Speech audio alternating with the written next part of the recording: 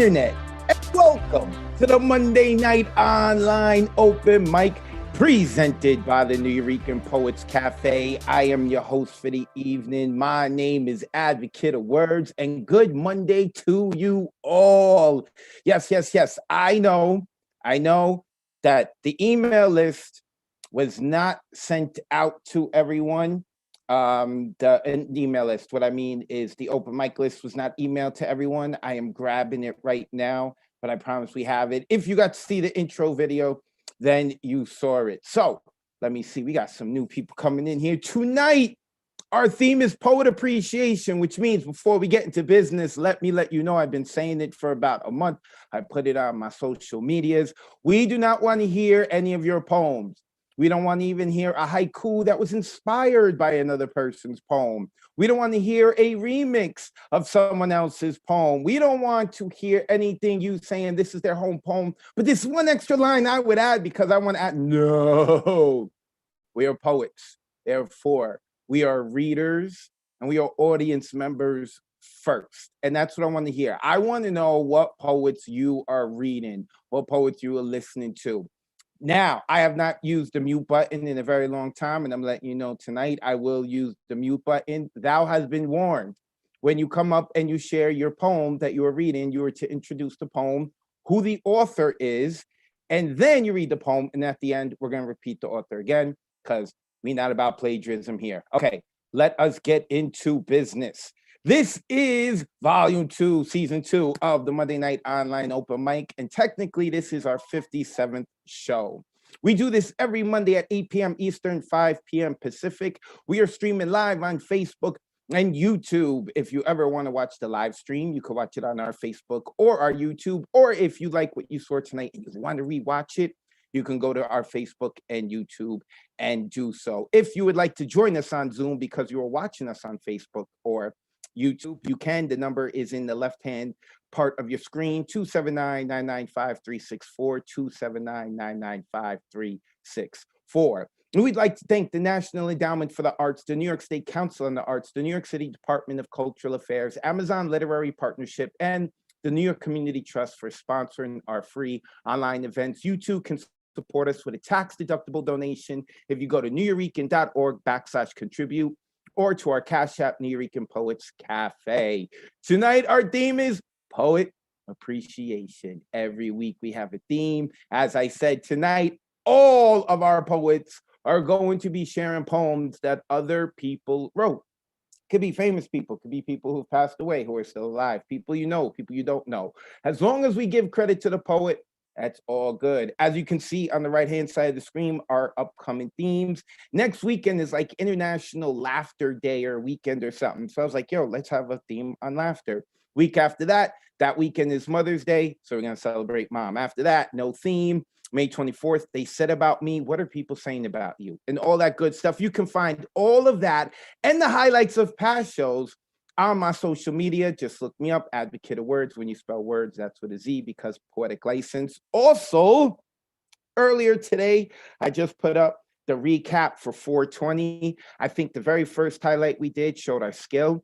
The second highlight was more about our heart. The third highlight is about how crazy and funny we are. Check it out. Also, the New Eurekan is going to start including that reel into their weekly email blast and stuff. They like what's going on there. So it's awesome. I'm very proud of it. Check it out at Advocate of Words. Poets who have signed up, turn your camera on. Have your poem ready. The first 25 who signed up are guaranteed to spit. The next 10 on our waiting list are not guaranteed. And if we have extra time, we like to get to them. So please have your poem ready. Poets, you have 4 minutes.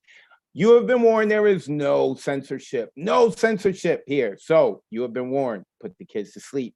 Unmute yourself after the poet performs their poem so you can be obnoxiously loud and shower them with praise. We like to do that. Stick to the theme or else. Normally, I don't give the or else. Tonight, it is going to be or else. So I know that Amanda is first.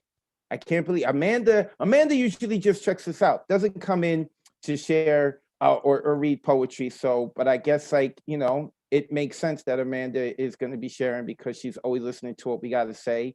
So I know she's about that poetry. So make sure you go into, let me see. everyone in meeting. Make sure those of you who are on Zoom go into the chat. Shout out to Chris Lopez, who helps us get the Zoom started and the stream started. Apparently, he's got a music video out. So, Chris, before you bounce before the end of the night, he's under the handle of New York Poets Cafe. Make sure you put that link into the Zoom so that the people have it on hand. Shout out to Chris Lopez. Who is behind this? You didn't sign up, Amanda? I won't call you that. It's okay, Amanda. But I have you signing up. So I don't know who you need to kill. I will look at the IP address and then I will hit you up on Instagram and we will hunt this cruel person down who put your name onto the list that everyone's trying to get into. Therefore, who's ever first on the waiting list, Diane Ward, you just got bumped up. You're guaranteed tonight. Okay, so that means since Amanda's not here, Dylan DeForge. Let me get to Dylan. Where is Dylan? I think I saw him come in here. Are you here, Dylan? I don't see you. I see Kelly H here, who was here last week. Hi, Kelly. Nice to see you here. I see Ron Mark Thompson. I see Abigail here. I see Diane Ward pointing to different boxes saying Dylan DeForge is there. But I don't. Oh, now I see him. Now he waved his hand. Let me unmute him. There we go. Hello. Dylan DeForge is here. Dylan, let the people know where they can find you. Then let us know what author you're reading. Then get into the poem. Yes. So you can find me on Instagram at DeForgery, and I'm actually going to be reading a couple small pieces from my professor and chapbook advisor, Professor Kevin Carey from Salem State University, and this is his book Set in Stone. I'm going to read some of his pieces because I thought it was fitting rather than do typical Elizabeth Bishop worship that I usually do. Anyways, so this first piece is titled Memory. It's like being locked out of the theater when your favorite movie is playing. You know the film, you know it's on the big screen in there. You know the scenes, some of the lines by heart, but you can't hear the projector purring. You can't feel the strangers around you munching popcorn. So you stare into the lobby, past the girl with the glasses in the ticket window, past the sold-out sign, past the old man sweeping the floor, and you think, I know that guy. And the marquee over your head goes dark, and the slight rain makes you shiver, and you shuffle your feet on the damp sidewalk, and you hope to see someone leaving after the show so you can ask, was it good? This next one, let me just flip through it, is titled Night Swimming, Assumption College, 1979. They call it the Duck Pond. Lily pads, wild grass, and sprigs of daisies around the edge. The breeze makes circles of the dark water, skeeters skimming across on paper legs, and a gang of boys in their underwear jumping in together, resurfacing with a breaststroke, or a crawl, a collective scream, their beer cans floating to the surface. They pile out laughing, running up the grassy hill, all but one, a redhead, still and silent, everything gone numb. He thinks, don't leave me, as the raucous voices fade across campus. But they do. This next one's called Not Tonight, which I thought was, I wanted to choose this. I won't keep rambling. I want to just get through this. Not tonight. I'm sitting under a picture of Jesus. You know the one. The pose where he's looking down as if he's spotted something on his sandal. It's Saturday night at the convent retreat, and I'm scribbling another poem, trying to stay neat with the lines, like a newly ready Jenga pile. I've moved to a quiet room, the heat now at sauna level unlike earlier, when I told Maria it was colder than a well digger's ass, and I'm feeling good, really good about being here again, laughing with old friends, writing poems, thinking about what Jesus is looking at on the ground, and I realize that for a few nights they can't get me. The news, the school, the bill collectors, the projects back home still undone and nagging me, the world and all its hate, all its injustice, all the misogynistic, homophobic, racist rants. They will all have to wait until tomorrow afternoon when I pass the old nun graveyard and the cell phone tower that looks like a birdhouse. They will know where to find me when I crawl through Mendham by the Black Horse Tavern, or when I'm driving over the new Tappan Zee Bridge, or later on Commonwealth Ave in Boston. But not tonight. Tonight my stomach is full, I'm with friends, and I'm writing poems. And if I have time for one more, If it's quick, is it short one? Yep, I'll try to make it quick. Go ahead. All right, this one's titled A Long Line. I come from a long line of beachfront vendors, caramel popcorn hawkers, bartenders, fry cookers, a long line of coffee pushers, Cracker Jack stumpers, cheeseburger makers, a long line of sawdust-footed, hot dog dragging, cigarette smoking, liquor swabbing drink men. I come from a long line of weary waiters thumping home after 8 hours in the box, 3 a.m., tired-eyed, half in the wrapper drink pourers. A long line of sidewalk sweepers, cash collectors, grill scrapers, counter wipers, ashtray emptying, straw box stuffing, roast beef slicing, French fry bag stacking, barroom bouncing beach bums. Another long day, another short buck.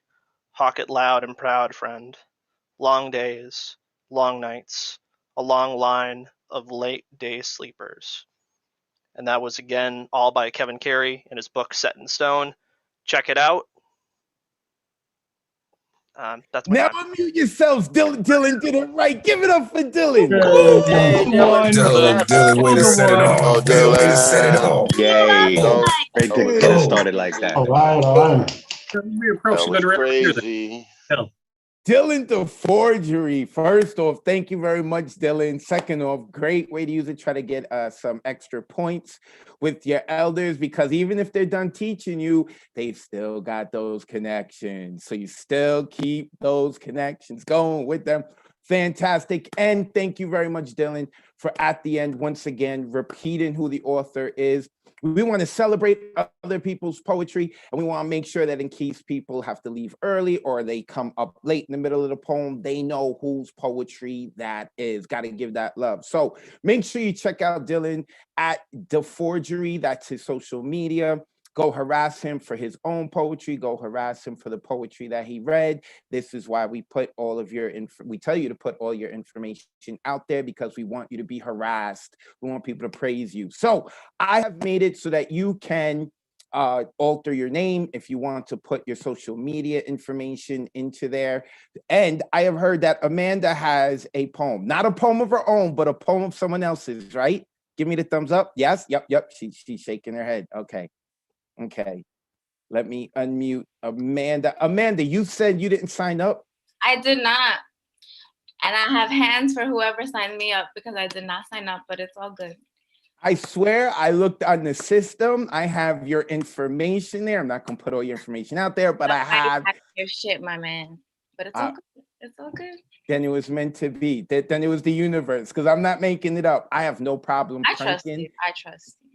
Okay. I have no problem pranking you guys, but I wouldn't do it this way. Nonetheless, Amanda, first let the people know where they can find you online. Then let us know who the author is. Then read the poem. And at the end, repeat the author. The floor is yours. Copy. You can find me on Facebook or Instagram or Medium, Amanda Ashley Villanueva. The poem I'm going to read is by my best friend, Katarina Laneta, and it's called I Am Medusa. I'll drop her information in the chat as well. But yeah, this is my best friend. I've never read her shit before, but we got this. I am Medusa, consumed by the way thoughtful gestures convince my heart that the storm has subsided. I tell myself I need to work harder to forgive, to let it go.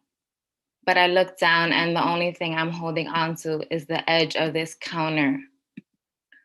Palms frozen in fear, falling deeper in this hole, deeper in distractions of cuddles, smoke sessions, and lazy morning sex.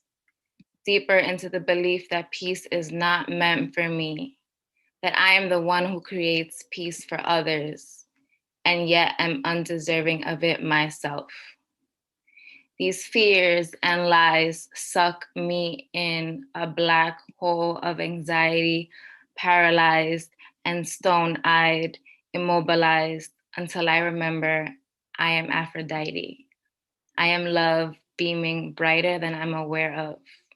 I am light source, skin glowing. I am freedom, acceptance, permission to be. The walls I build around myself disintegrate in seconds. I was not created to be contained, to be of service behind bars.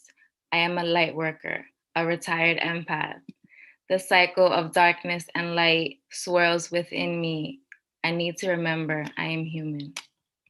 Thank you. One more time, Amanda. Wait, Amanda. You muted yourself too early. Hold on. Forgive Amanda. Amanda's a rookie on our open mic. Not a rookie as an audience. Amanda, one more time. Let the people know who the author was, your friend's name. My best friend, her name is Katarina Laneta. She's this beautiful Sicilian girl from Toronto, Canada. And I'll drop her info in the chat. Please do. Everyone unmute yourselves and now give it up for Amanda. Yes. Super dope, Amanda. Yes, Super yes, dope. yes. Super dope. Nice. Amanda. Make sure don't forget to put your friend's information into the chat. And then another thing is, I know that a lot of people are just like kind of sitting back and we're not taking out all the information. Again, you can go onto our Facebook and YouTube page and rewatch this video. You can scrub ahead, speed up, slow down, go back. You'll be able to get all of this information. Okay, The Withdrawn is next. Where is The Withdrawn? See, we have a lot of people here, which is great.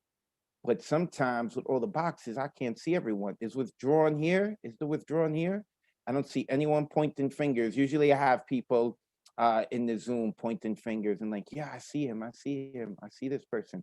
I do not see The Withdrawn. Okay, I'll get back to him if he is not here. Now we're gonna go to Deadpan Lizzie Elizabeth Strauss. This is the Beanie God of the Beanie Mafia here at Manoom.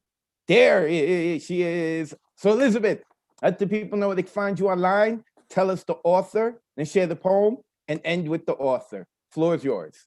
Hey friends, you can find me on Instagram, ES_Strauss for everything. I have 3 short poems tonight. The first one was gifted to me by our own Generalissimo, Brian Franco, which is a funny haiku.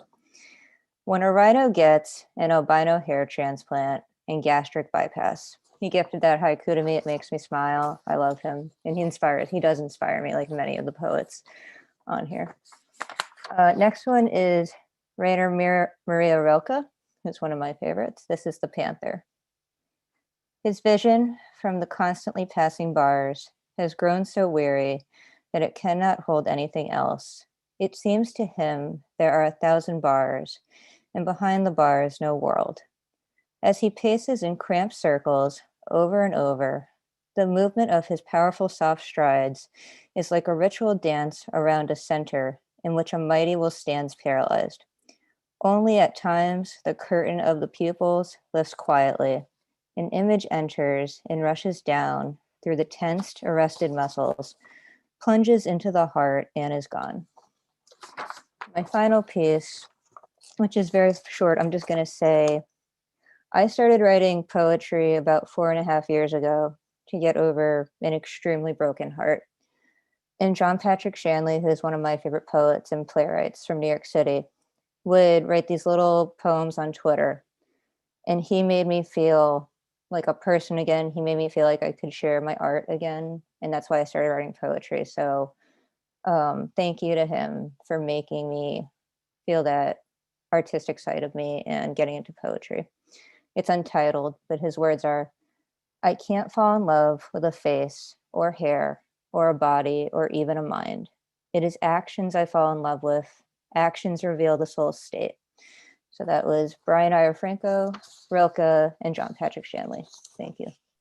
Unmute yourselves. Give it up for Deadpan. Oh, Nice. oh, That's just nice, Deadpan dope. nice. Deadpan Nice dope. variety too. That was great. Love it. Well done. Yes, Lizzie! Deadpan Lizzie. She's got her groupies, you know, when you're the beanie god of the the god beanie of the beanie mafia, that's what you get. Elizabeth Strauss on Facebook, look her up. She can also sell you some realty. But I mean, you know, that's how they do in the mafia. They get in the construction, all that stuff, take over a neighborhood. Next up, Elemental. Let me unmute my brother Elemental. What's good? He was recently in our highlights, so make sure you guys go check that out. Every week I'm trying to do, I have some different people up in here, but Elemental, he got in back-to-back times. You know, he's a good-looking dude, man. You know what I'm saying? If I'm gonna sit here and edit video, I want to make sure it's good-looking people. So, Elemental, let the people know they can follow you, brother. Let us know who the author is. Spit your poem, and let's hear the author again. I appreciate you so much, Advocate. Love rocking with you, brother. To every poet who has came before me and after, much love. I appreciate all of you. You can always find me at elemental.com. Got a lot of things jumping off. Check it out. Stay in the loop. This is by a poet who I feel is so influential in my career and many others. This is a poem by the great Amiri Baraka. It's called Why Is We Americans? Why is we Americans? Why is we Americans?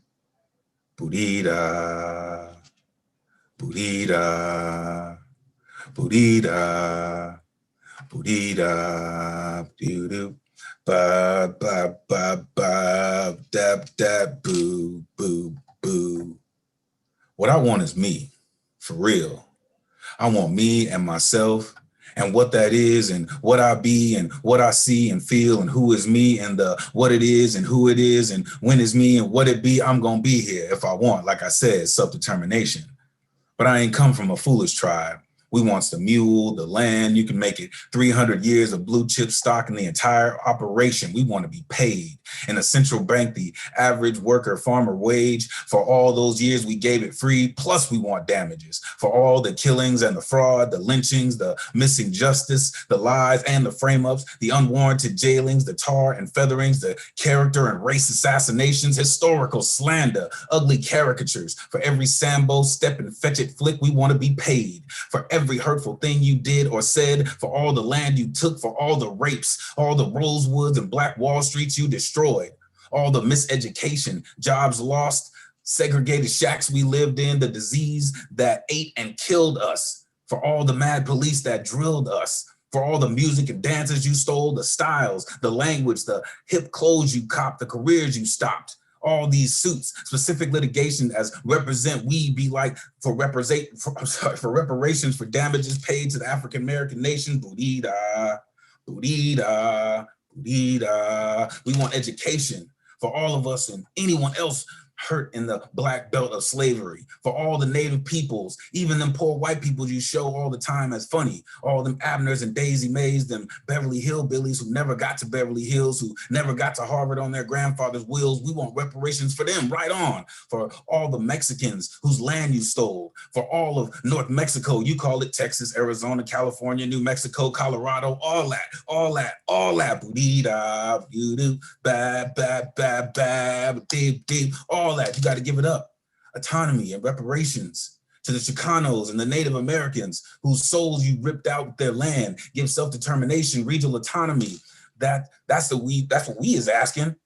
And they gonna do the same when they demand it, just like us. In their own exploited name. Yeah, the education, that's right. 200 years. We want a central stash, a central bank with democratically elected trustees and a board elected by us all to map out from the referendum we set up what we want to spend it on, to build that Malcolm sense self-determination as self-reliance and self-respect and self-defense, to go to the will of what the good Dr. Du Bois beat on, true self-consciousness, simply the psychology of freedom, boudita, boudita, boudita, doo-doo, bab, bab, bab, bab, dab, dab. Then we can talk about being American. Then we can listen without the undercurrent of desire to first set your ass on fire.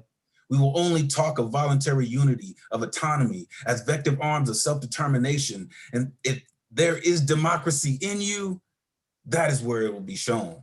This is the only way we as Americans. This is the only truth that can be told. Otherwise, there is no future between us but war. And we are rather lovers and singers and dancers and poets and drummers and actors and runners and elegant heartbeats of the sun's flame. But we is also at the end of our silence and sit down. We is at the end of being under your ignorant smell, your intentional hell. Either give us our lives or plan to forfeit your own. That's by the great Amiri Baraka. I'm sorry, Amiri Baraka. Poem called Wisely America. Woo, Sensei! OMG, Sensei. All day. Thank you. Very Damn. much. It was incredible. Thank you, Elemental. Sensei. Sure, you go look up elemental. When you spell elemental, you remove the T, put in the number 2, elemental, my man. I gotta be honest with all of you. I was nervous with this theme and if this night was gonna work out. So far, Elemental, Deadpan Lizzie, Dylan DeForge, Amanda, who apparently got signed in by the internet ghost. Y'all have been killing it so far. I love it. I hope when you guys are watching everyone read that you also look at their face. You look at how like the poem is impacting them and like they're reacting with it. You know what I'm saying? A little smile creeping up here, a little twitch of the eye when they're getting angry. Make sure you're checking that out. All right, we're having a good time, but gotta take care of business for the people who came in late, and then we're gonna get it back on the move. So we do this every Monday at 8 p.m. Eastern, 5 p.m. Pacific. We stream live on Facebook and YouTube. If you want to watch the replay of this wonderful night, you can go to our Facebook and YouTube. If you want to watch replays of past open mics, you can go to our Facebook and YouTube. If you would like to join us on Zoom, the number's on the left-hand corner, 279-995-364. Tonight's open mic list is closed. This thing fills up quickly. If it fills up in 2 minutes, that means it's a slow night. That's how quickly this thing fills up. We start our sign-up list 24 hours before the show on Sunday at 8 p.m. Eastern. I'm going to speak more about that in a bit. You can sign up by visiting nuyorican.org and you click full events calendar. Apparently the internet ghost for Amanda did that. Then they clicked on the date. So for next week, I think it's May 3rd. May 3rd, I think it's the next Monday. So Sunday at 8, you would click on May 3rd. You will order an artist RSVP ticket. The only way to get onto the open mic list is to get an artist RSVP ticket. If you get the non-artist RSVP ticket, you will not be signed up. You will not be put on our open mic list, just to let everyone know that. Okay, so with that being said, oh yes, this is our 57th show, which means this is our 57th week. And the great efficiency that is Advocate of Words, it has only taken me 57 weeks to find out what the problem was with the sign-up list. I now was given access to behind the curtain, that is behind the curtain, and I see where the glitch was. It is never going to happen again. I found the glitch. It only took me 57 weeks, but hey, that's how many games in a row Joe DiMaggio got a hit. So Scott Pleasance is next. Yes, we love our baseball references here, Yankee fans. Woo-hoo. Scott Pleasance is next. Now, Scott, he happens to be one of the poets of our community that he's in a very unique position. His name gets spoken about way more often than he signs up for the open mic list. And that's because he started a tradition here where there are times that if a poet is feeling very generous, they give up their spot for someone else on the open mic list because it's very hard to get on, as we just spoke about. And every time they do that, we now say, "Great Scott." We have a pleasant gesture. I know it's corny as hell, but we love it. And I love it. And I love this dude, Mr. Scott Pleasance. Scott, let the people know where they can find you. Tell us who you're reading, and then let's hear the poem. Okay, you can find me on Instagram at IamPoet33. And just to let you know, I couldn't settle on one, so I got some extractions and it should work. First poem, Khalil Gibran, 1923.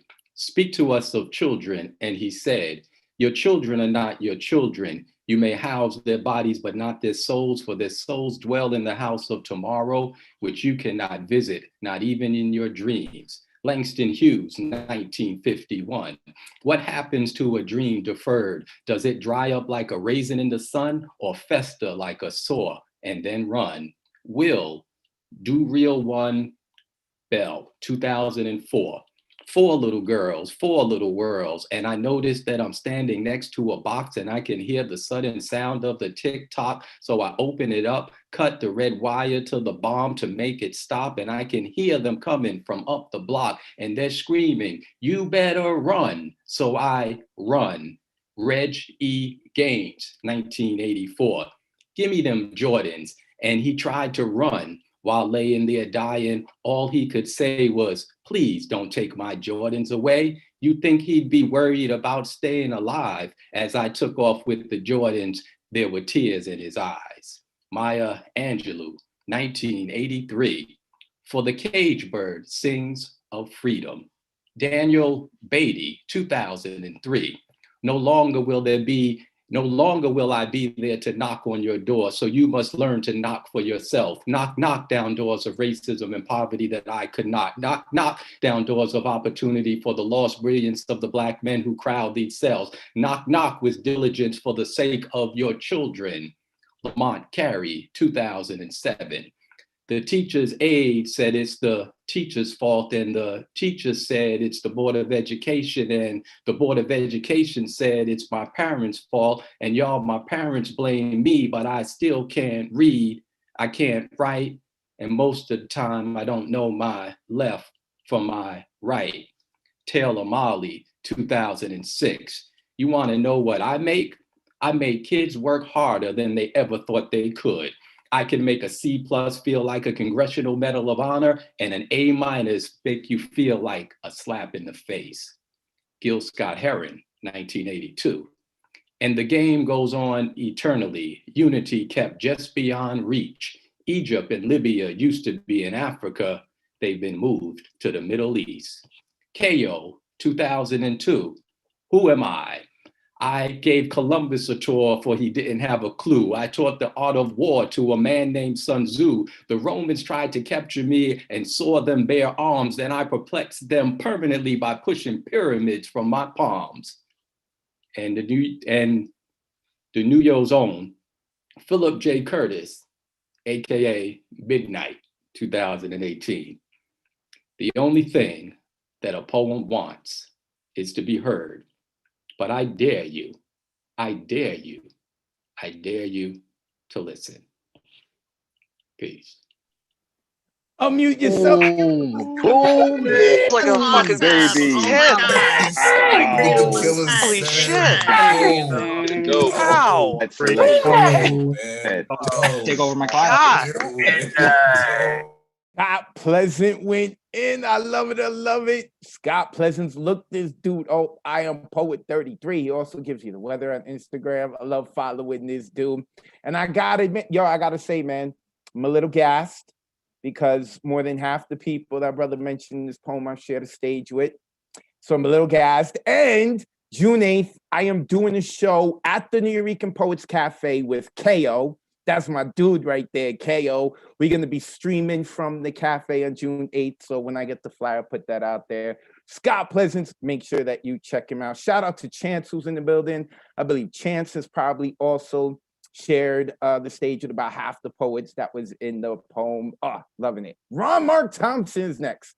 I'm very interested to hear who Ron is going to read, because Ron is in everyone's workshop and everyone's open mics, like, and not just for poetry, but with prose. I actually met Ron at a workshop for writing short fiction stories. I think it was in sci-fi, because I love that stuff. And Ron was fantastic. So Ron, let the people know where they can find you online. Tell us who the author is that you're reading, and let's hear it. And instead of telling you where you can find me, I'll tell you where you can find the two poems I'm reading. And you know what, now that you mentioned, I think you may have met the poet maybe once at that same workshop. Her name is Anna Rose Valenci. She was a member of two different writing groups in the New York Public Library, in which I'm also a member of. Diane knows her from one of them. She was 30 years older than I was. She grew up in World War II. In Germany, migrated way before I came to New York City. She passed away last year due to COVID. She was one of the first victims. But besides her writing and poems, The reason why she's one of my favorites, because it was her that encouraged me to go to my first open mic at Mon Amour in Kingsbridge, where you've been to, Advocate. And had I not gone to that cafe in the open mic 3 years ago, I probably you would have never seen me 2 years ago at the Nuyorican Poets Cafe in Manhattan. So it all came together, you know. So I'm going to read 2 short poems from her. The first one is actually in the Bronx Memo Project from last year.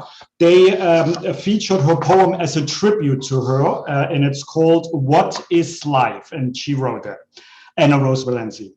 Life is populating the earth in harmony with nature. We all have a specific role to follow and play.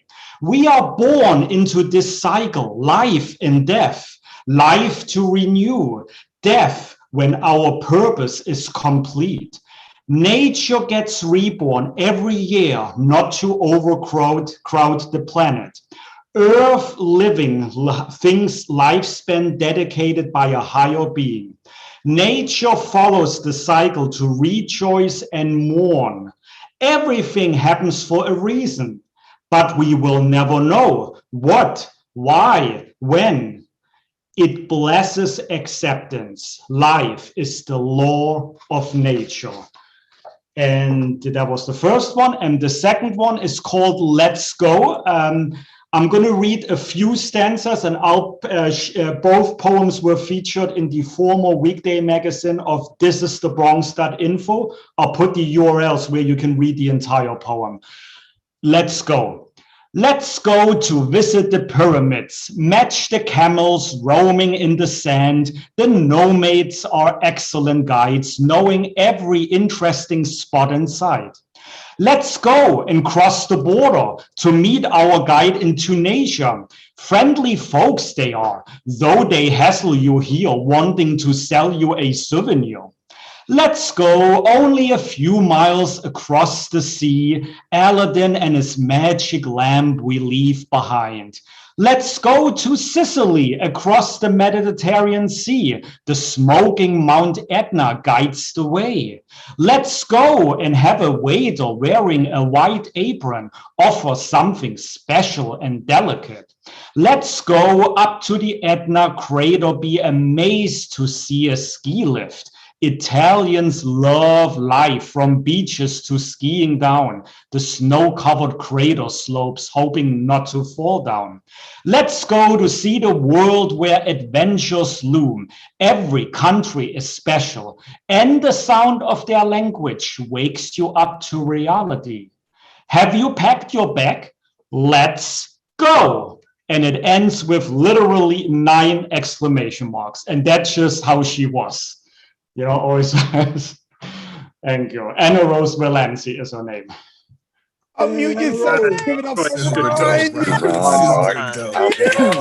Ron. Tribute to your mentors. Great. So happy you made it. Ron Mark Thompson. Ron, make sure that you put the information to the book in the chat. And again, my condolences, but like I love the fact that you're helping her live on, and I appreciate the fact that you're helping her live on with us.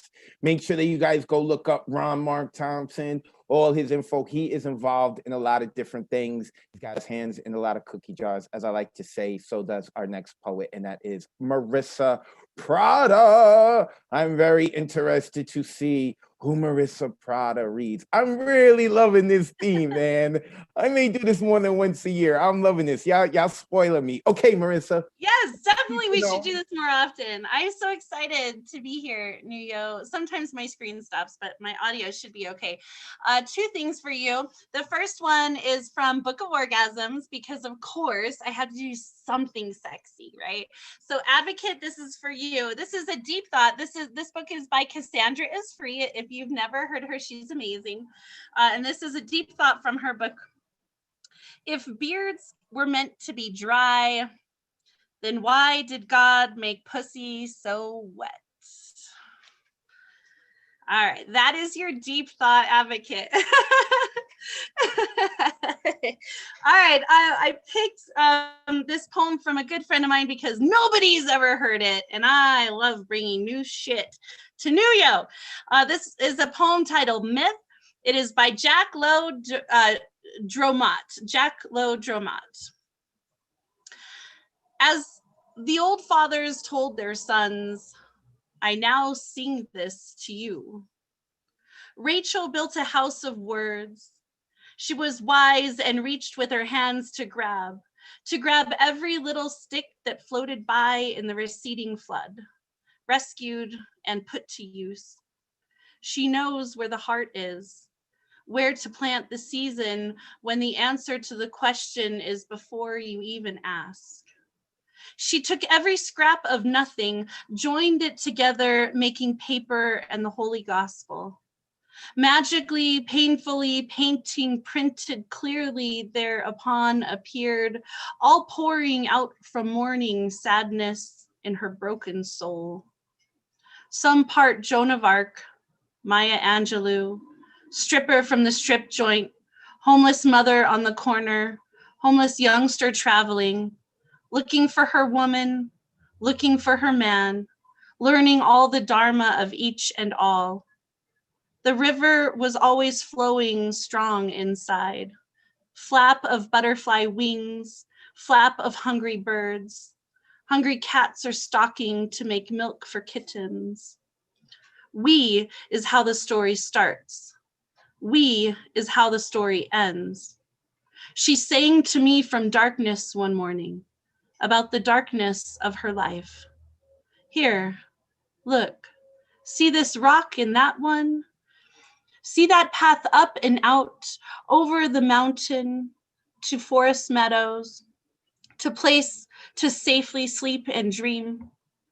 She carried the strong proudly lit like brightest torch from the days of living nomad, exiled in the north on the outside of outside, living in tiny torn tent from days of her being just a little girl, now mother of 2 sons.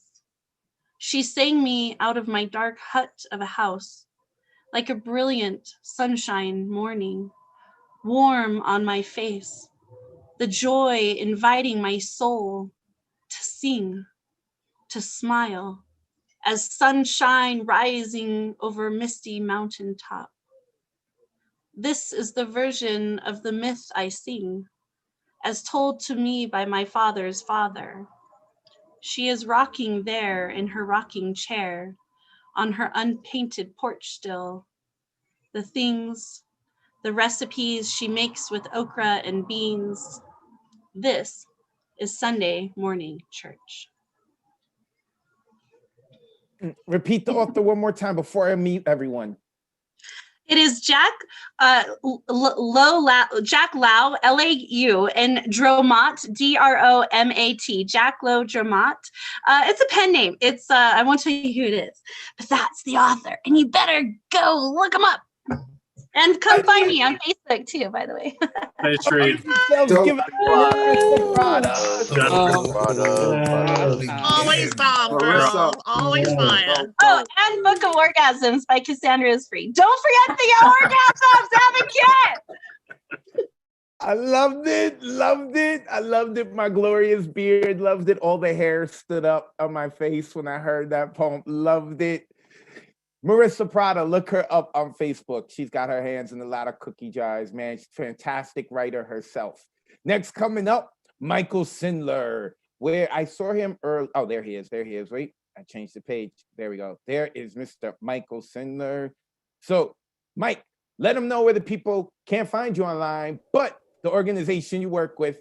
Then let's hear the author and their poem.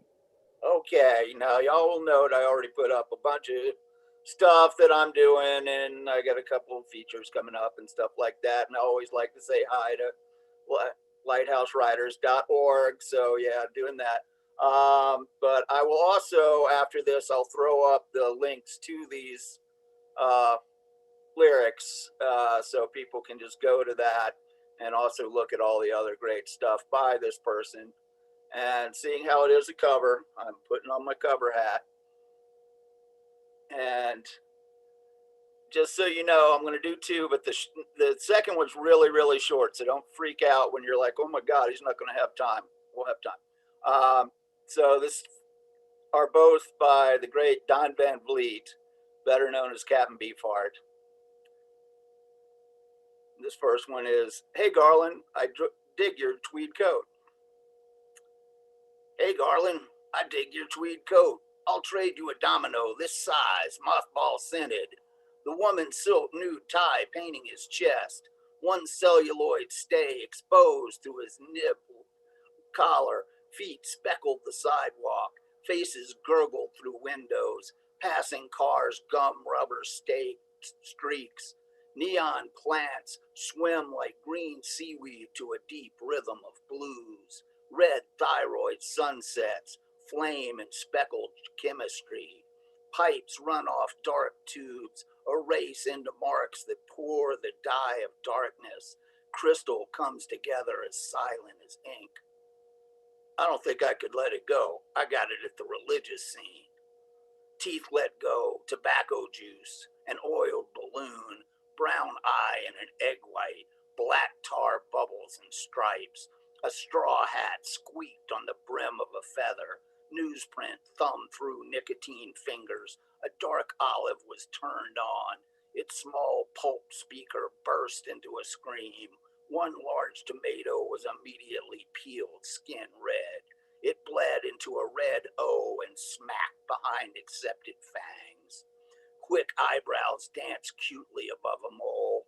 The bridge held a large gold pair of spectacles. The front was smooth. It slightly gathered and wrinkled at the holes. A dark wooden mustache deposited above Chinese red varnished lips that dented slightly into the evening. It's gotten quite cold. I've decided I can't sell you my coat. Honking, the wind puffed into the clumps above the lattice rows, and out looked Panatella, naked and not ashamed, without no clothes. Wiggle Pig went snout first into a tree. The rubber turkey was gobbled up by the night's dark rubber mouth. A white phosphorus raindrop dropped in the sky.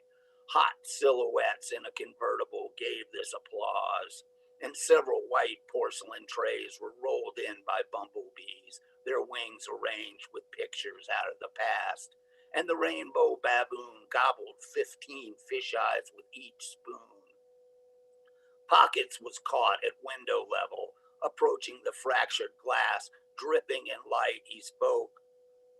I've just looked at myself, and from here to here, it ain't far enough, but from here to here, it's too short.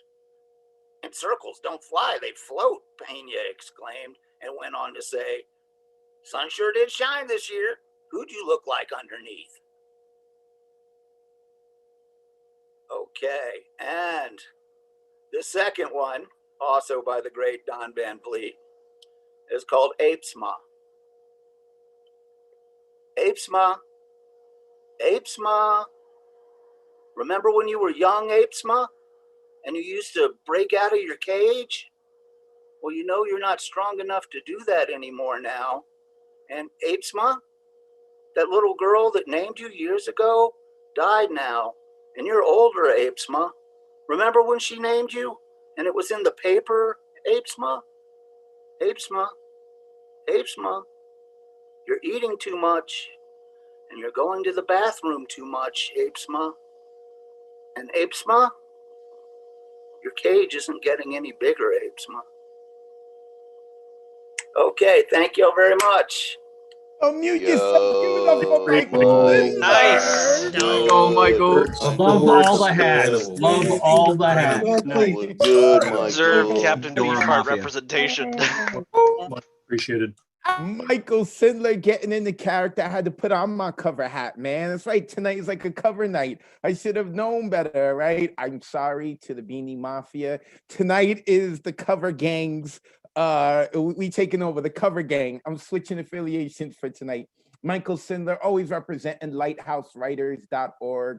Make sure that you check them out. Appreciate you, Michael. I'm loving the night. Unmesh Mohidkar is next. I am happy to see Unmesh. I know Unmesh last week had told us that the COVID outbreak in India is getting worse. The news really has just reached the United States. It's big over here now. So I'm happy to see you, brother. I hope all is well. So continue the energy. Let the people know where they can find you online. Tell us who you're reading and let's hear it. Thanks, Arugat. Thanks, everyone. You can find me at Unmesh Mohitkar on FB and IG. And yeah, I got a book on Amazon. You already know, and there is an open mic as well on Saturday. But it's okay. I will read two of my poems from my fellow poets. That is Tricia and Ed Foreman. Okay, here we go. I want to cut my heart out of my chest, be my own offering to you, because you would have me, because you look at me with eyes that want to nourish all of me and fill in all my gaps. I inhale the starlight that caught in my hairs as we ran like little children in total abandonment. We ran through skies, turning their lights off one by one. Last flickers of lilac and rose as they feigned sleep. We ran through the wet sand that nipped our toes and tried to swallow our feet. We ran, meeting waves, trusting even if we could not see them in the dark. And then we stopped, astonished, as the world around our calves bioluminesced. I exhaled your starlight. I exhaled it regretfully because it was fire in my belly. June bugs kissed your drooping eyelids. June bugs kissed your drooping eyelids. This was from Tricia Jesus. And this is someone, Ed Foreman, what do you call? It's better to give than to receive. It's better to fail than to achieve. It's better to share than to be greedy. It's better to work than to be needy. It's better to love than to be bad. It's better to be happy than to be sad. It is better to be simple than to be complicated. It is better to be adored than to be hated. It's better to live than to be dead. It's better to be here than to be ahead. It's better to be you than to be nothing at all. It's better to feel than to be a wall. It's better to sing than to be on mute. It's better to be real than to be cute. It's better to be a memory than to be a dream. It's better to be a road than to be a stream. It's better to be a road than to be a stream. That was by Ed Poetistic. Yeah, thank you. Thanks a lot. Unmute yourselves. Give it up for Unmesh. Tribute, Unmesh. Beautiful tribute. Big from fellow New Rican writers. Thank you, Unmesh. Does it. Just does it. Unmesh Mohitkar, he has caused himself a lot of problems now because everyone's going to be reaching out to him saying, all right, Unmesh, now you got to do my poem. Now you got to do my poem. And I know this because I was sitting here listening to it saying, yo, what would my poem sound like with Unmesh performing it, huh? Like, awesome. Unmesh Mohitkar, thank you very much. Everyone in the Zoom chat, if you want to see the rest of the open mic list, I just put it up because I know a bunch of people showed up late. Hopefully you showed up just in time to hear Unmesh perform a poem by Tricia de Jesus and Ed Poetastic. All right, next coming up, I've got DG Clearing, my wingman. Advocate, nice to be here. I am reading Langston Hughes this evening. If anybody doesn't know, Langston Hughes was a 1920s Harlem Renaissance writer, passed away in '67. This is Let America Be America Again. Let America be America again. Let it be the dream it used to be. Let it be the pioneer on the plain seeking a home where he himself is free. America was never America to me. Let America be the dream the dreamers dreamed. Let it be the great strong land of love, where never kings convey nor tyrants scheme, that any man be crushed by one above. It never was America to me. Oh, let my land be a land where liberty is crowned with no false patriotic wreath, but opportunity is real and life is free. Equality is in the air we breathe. There's never been equality for me, nor freedom in this homeland of the free. Say, who are you that mumbles in the dark? And who are you that draws your veil across the stars? I am the poor white fooled and pushed apart. I am the Negro bearing slavery's scars. I am the red man driven from the land.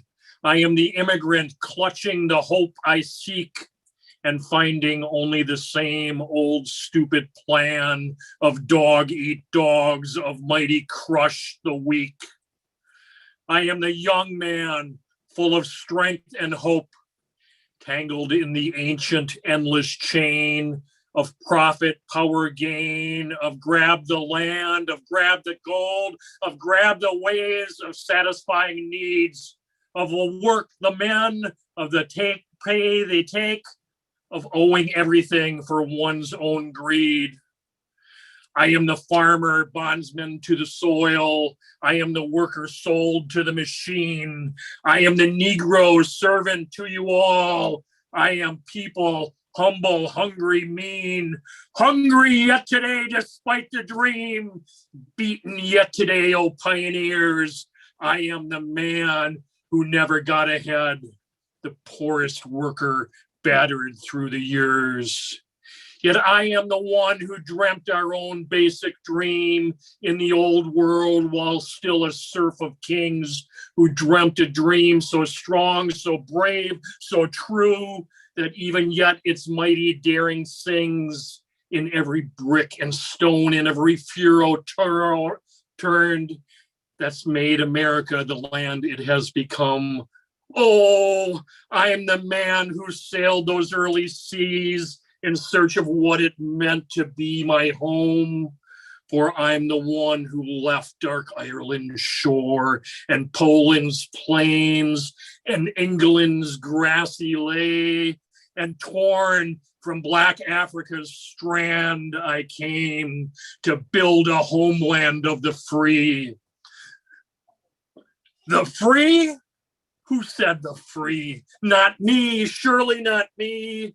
The millions on relief today, the millions shot down when we strike, the millions who have nothing for our pay, for all the dreams we've dreamed, and all the songs we've sung, and all the hopes we've held, and all the flags we've hung, the millions who have nothing for our pay, except the dream that's almost dead today.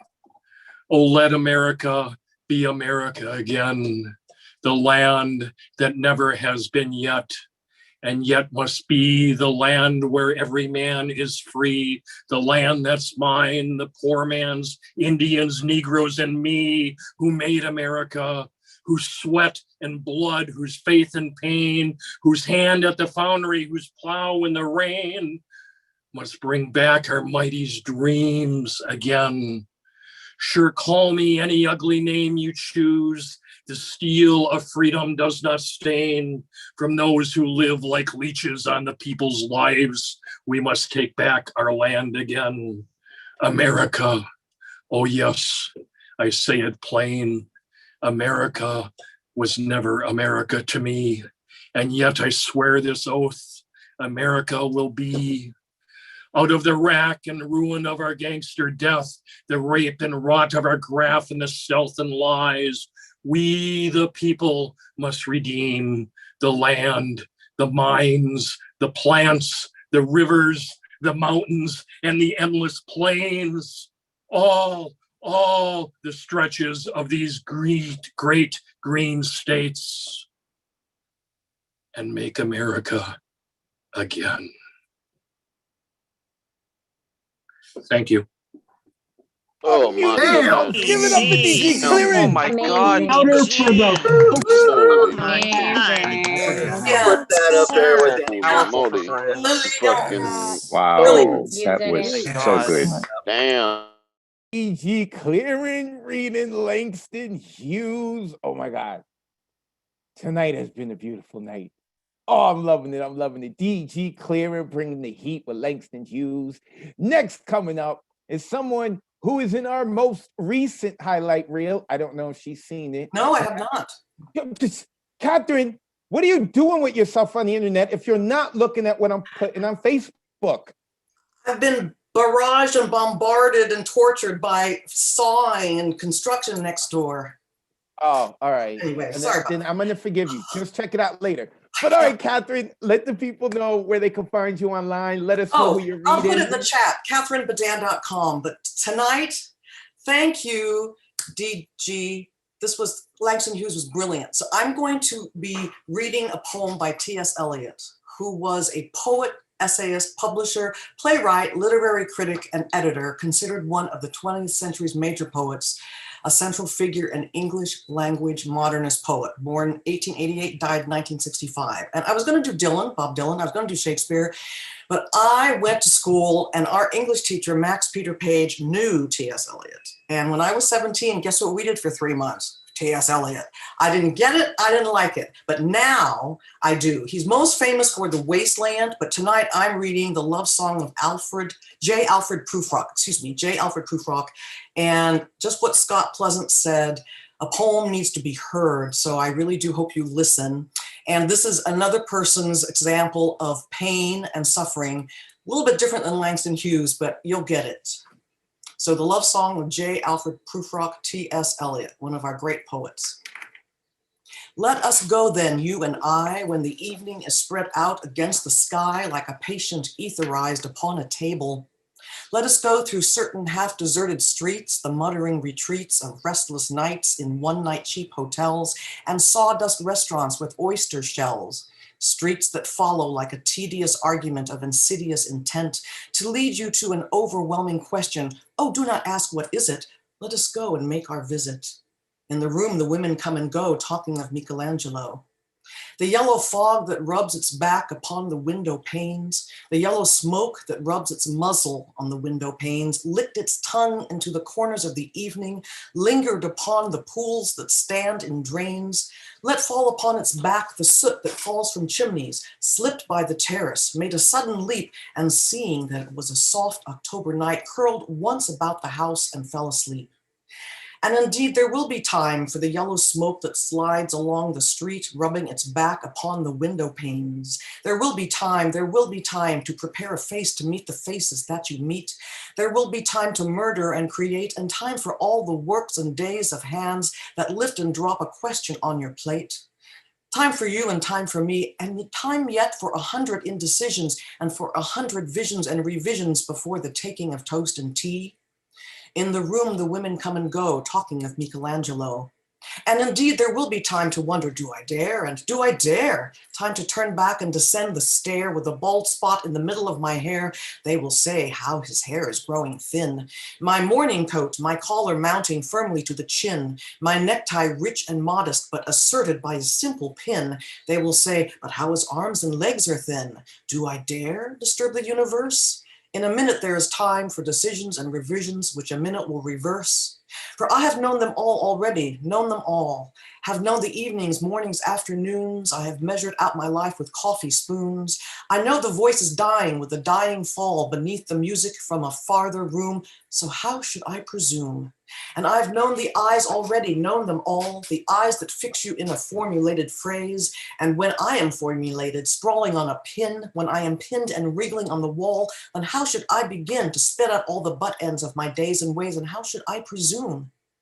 And I have known the arms already, known them all, arms that are braceleted and white and bare, but in the lamplight, downed with light brown hair, in a perfume from a dress that makes me so digress, arms that lie along a table that wrap about a shawl. And should I then presume, and how should I begin? Shall I say I have gone at dusk, through narrow streets and watch the smoke that rises from the pipes of lonely men in shirt sleeves leaning out of windows? I should have been a pair of ragged claws scuttling across the floors of silent seas, and the afternoon, the evening sleeps so peacefully, smoothed by long fingers, asleep, tired, or it malingers, stretched on the floor here beside you and me. Should I, after tea and cakes and ices, have the strength to face the moment to its crisis? But though I have wept and fasted, wept and prayed, though I have seen my head, grown slightly bald, brought in upon a platter, I am no prophet, and here's no great matter. I have seen the moment of my greatness flicker, and I have seen the eternal footman hold my coat and snicker, and in short, I was afraid. And would it have been worth it after all, after the cups, the marmalade, the tea, among the porcelain, among some talk of you and me, would it have been worthwhile to have bitten off the matter with a smile, to have squeezed the universe into a ball, to roll it towards some overwhelming question, to say, I am Lazarus, come from the dead, come back to tell you all, I shall tell you all, if one, settling a pillow by her head, should say, that is not what I meant at all, that is not it at all. And would it have been worth it after all? Would it have been worthwhile after the sunsets and the dooryards and the sprinkled streets, after the novels, after the teacups, after the skirts that trailed along the floor, and this and so much more? It is impossible to say just what I mean, but as if a magic lantern through the nerves and patterns on a screen, would it have been worthwhile if one settling a pillow or throwing off a shawl and turning toward the window would say, that is not it at all, that is not what I meant at all. No, I am not Prince Hamlet, nor was meant to be. I'm an attendant lord, one that will do to swell a progress, start a scene or two, advise the prince, no doubt an easy tool, deferential, glad to be of use, political, cautious and meticulous, full of high sentence, but a bit obtuse, at times indeed almost ridiculous, almost at times the fool. I grow old, I shall wear the bottoms of my trousers rolled. Shall I part my hair behind? Do I dare to eat a peach? I shall wear white flannel trousers and walk upon the beach. I have heard the mermaids singing each to each. I do not think they will sing with me. I have seen them riding seaward on the waves, combing the white hair of the waves brown, black. When the wind blows the water white and black, we have lingered in the chambers of the sea by sea girls wreathed with seaweed red and brown till human voices wake us and we drown. Give it up for Catherine Badan. Whoa. Yes, Elliot. Yes, Elliot. Wonderful reading. Yes, You sure Elliot. somebody else wrote that? Beautiful. On you. On you. Catherine Badan. You can check out her website, catherinebadan.com. She's also a photographer. When you spell Badan, it's Badin. Make sure you check her out. Also, a side note, I have always heard that as great as a writer as T.S. Eliot was, he was a horrible reader. That is what I heard. I don't know. I've never seen it, but even if he was, well, now he's got Catherine Badan to thank because she is a fantastic reader. Love having her on here. Catherine Badan, make sure you give her a follow. Next coming up, our cult leader, Nick Paleologos. I love that background, man. I love it. I love it. I love the changing backgrounds. Nick, let the people know where they can find you. Tell us who you're reading. Let's hear the poem, brother.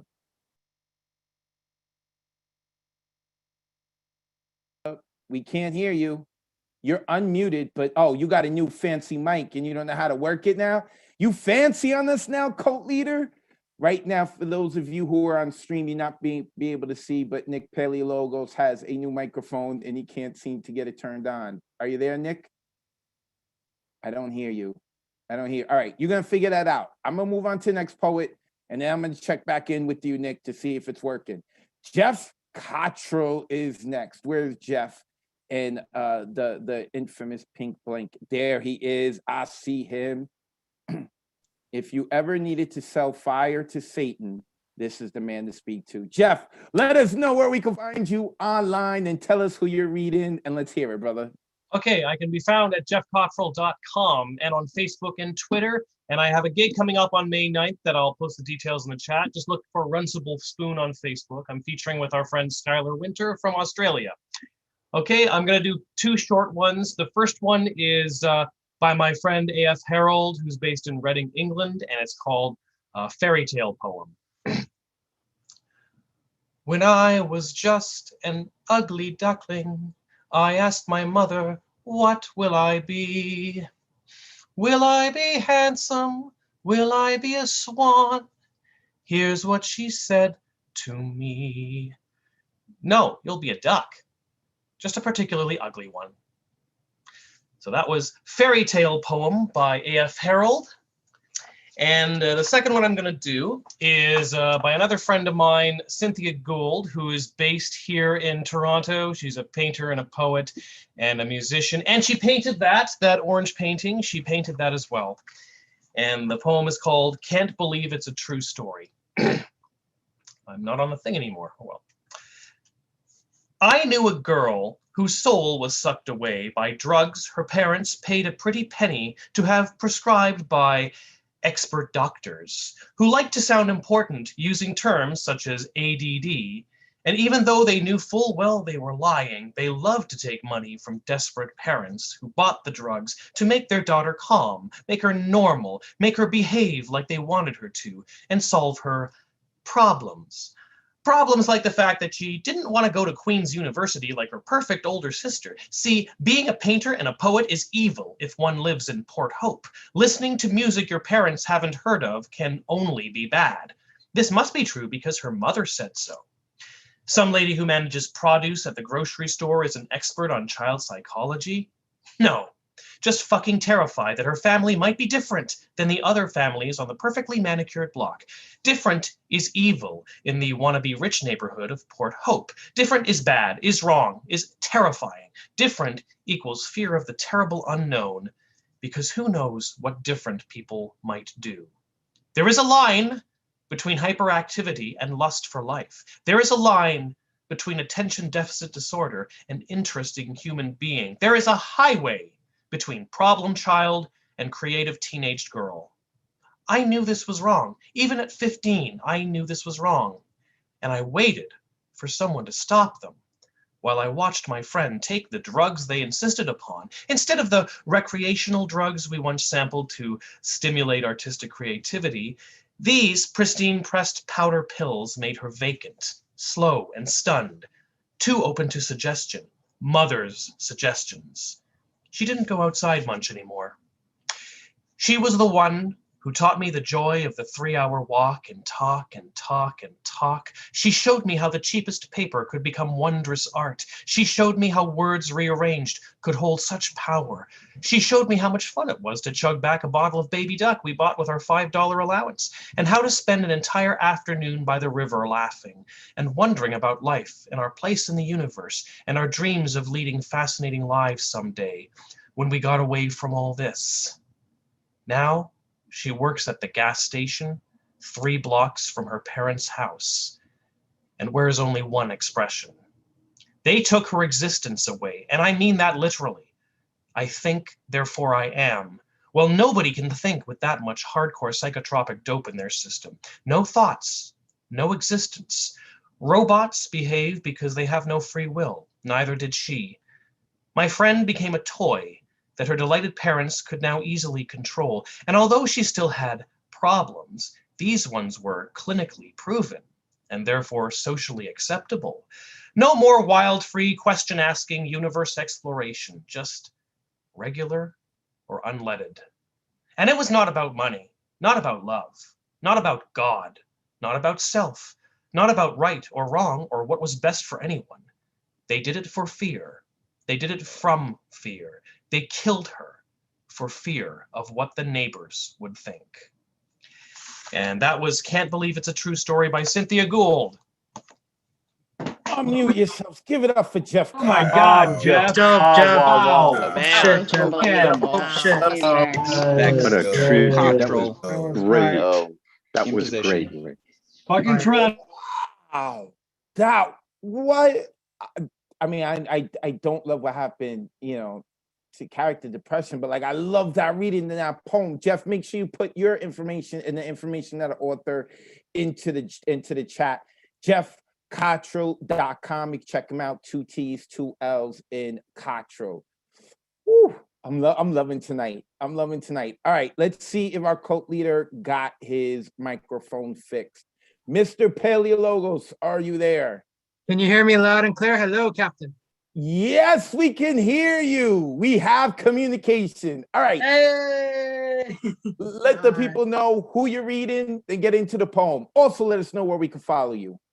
You can follow me at The Real Nick P on IG. That's TheRealNickP. And I saw Thomas wanted to be down with the cult. Thomas, you're automatically down with the cult. You're good, man.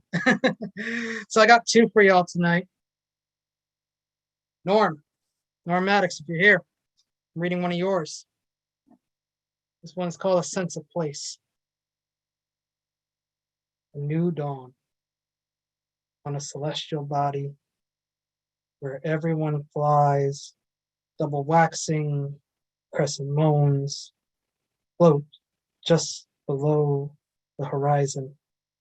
Warm breezes gasp gently over dark, bronzing, flesh-toned peaks kissed by haloed clouds.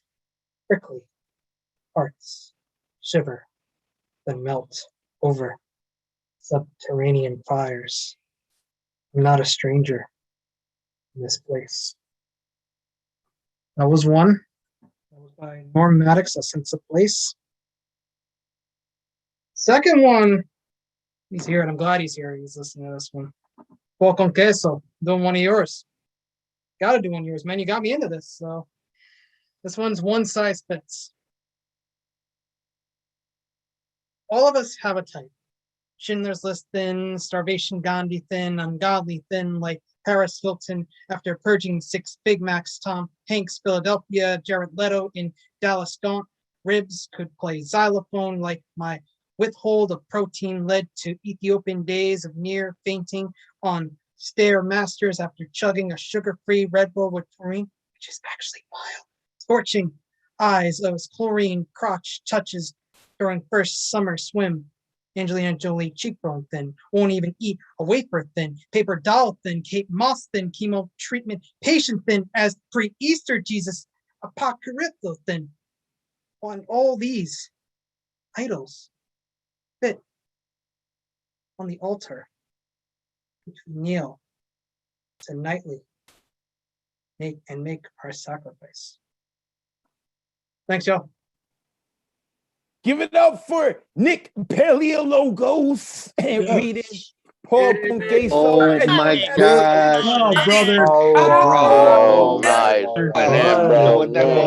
Give it up for the Elric in the back, bro. The transmutation circle. Yeah, Thank you, man. bro. Norman Paul.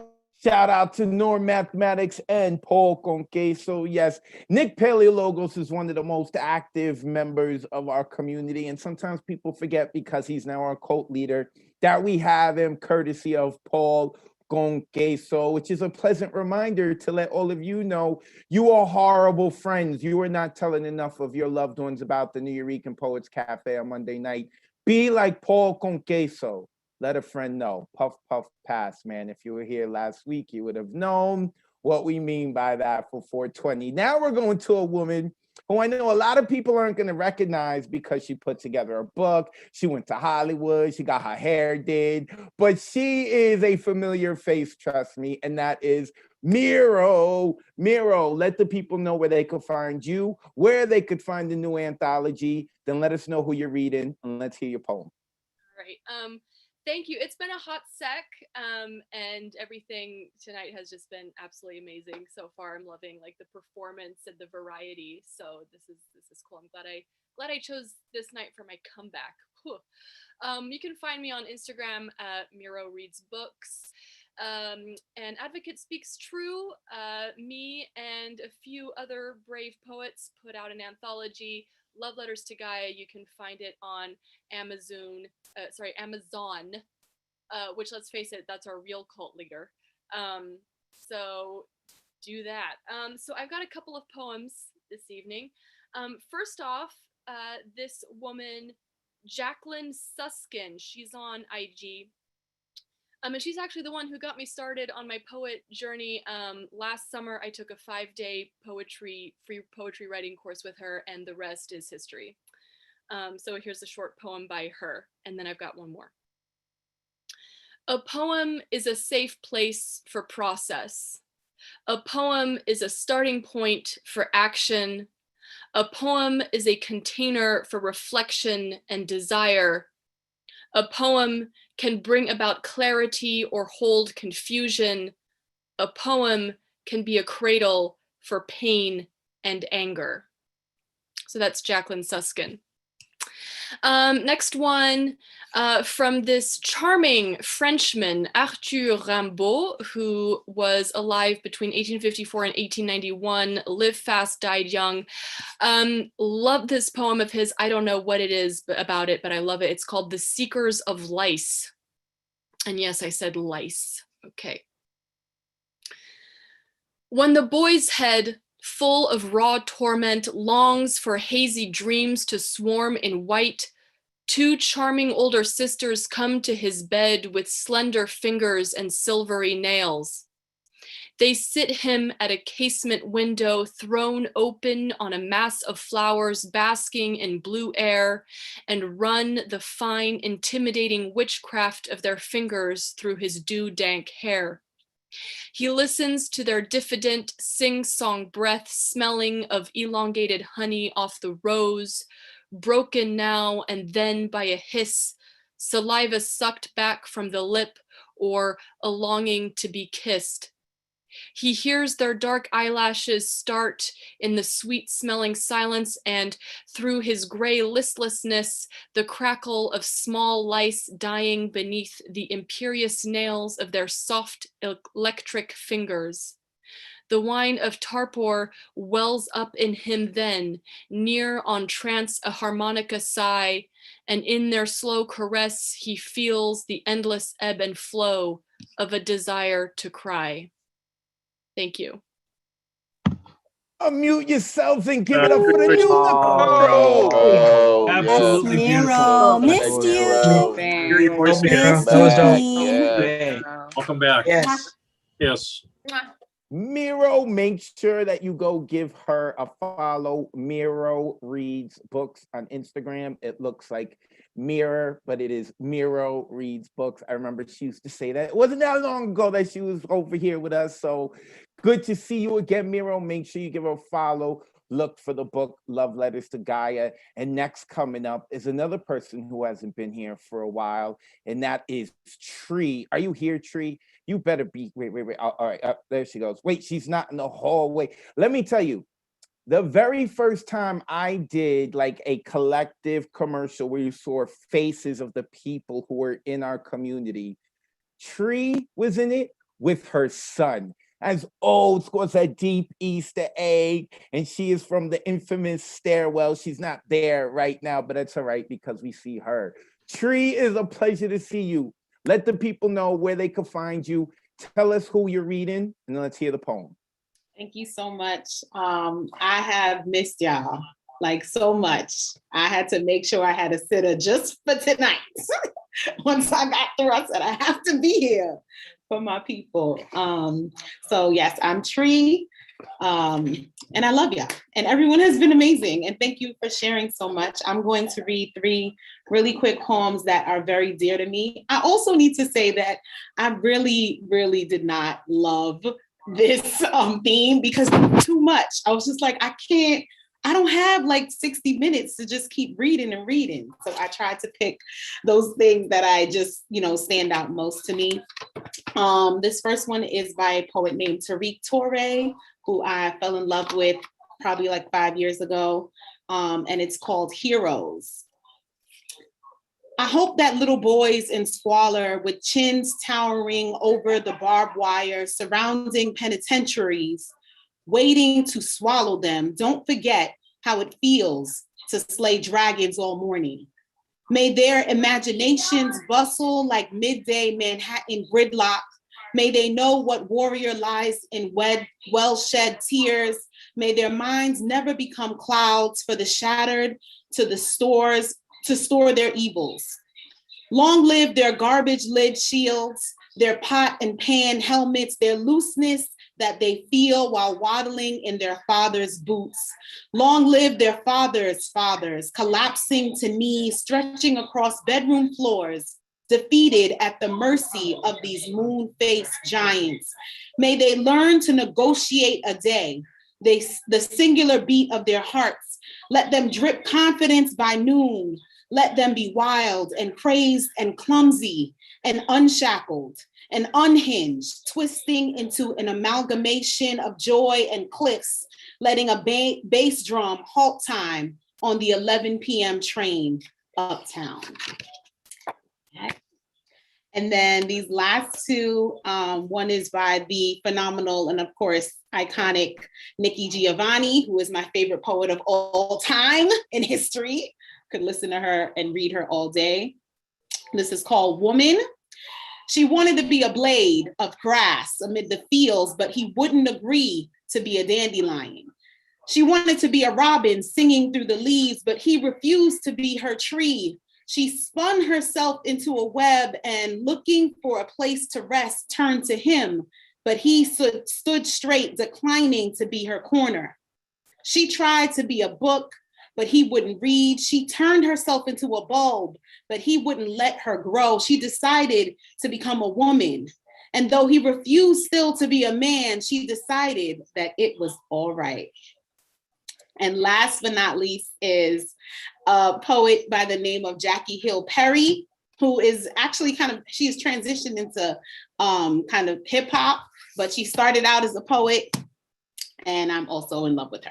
So I remember they told me I would look better if I was lighter, that I could get wedded on an island in a dress to match my silence. Tell your melanin be quiet. It's too loud to match the culture. The vultures of the media, Wikipedia wrote the posters.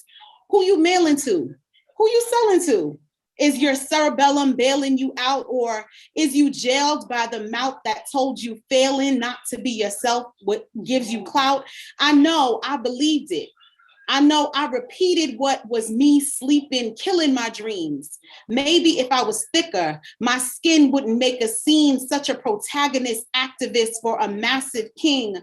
They treat him like the villain, yet they don't want what master schemes, living like immigrants, yet they don't want the master's things. Who's a slave? Who's the one to blame for the nappiness, the averages? Love over hate is the fraction with the happiest mathematicians adding the blackness, African applicants, the night embedded. I don't regret it. The blackest skin is in me, and yet I am still loved. I love you guys so much. Unmute yourselves and give some love. Wow, that was Yes, tremendous. that was great. Wow. Right. Yes, it was Welcome back, well Tree. done. Welcome back. Welcome back, Tree. Dimple Tree on Instagram. Give her a follow. I'm so happy that we got to hear her. That woman lights up a screen and representing the Bronx. Tree, make sure that you put the 3 poets in there because I saw some people in the chat asking, especially for that, for the first poet to say the name again. They want to look them up. Everyone knows who Nikki G is. Well, they should. All right. Next coming up is a woman whose name you heard earlier. In fact, you heard one of her poems because it was read by Unmesh Mohitkar. And now we are going to Trisha De Jesus, a woman who has her hands in a lot of cookie jars as well, podcast, her own open mics, workshops. Give her a follow. Trisha, let the people know where they can find you. Tell us who you're reading, and let's hear the poem. Good evening. You can find me on Instagram, Finn_Bell, PHYNNE_BELLE. So I befriended a Nottingham, UK poet last year. He was actually here at the open mic last week, and he shared. And the first poem I ever heard him perform remains my favorite. It is a very unconventional love poem, and you'll see why I swoon over it. So this is called If You Were by Martin Gray from his book, The Pretty Boys of Gangster Town.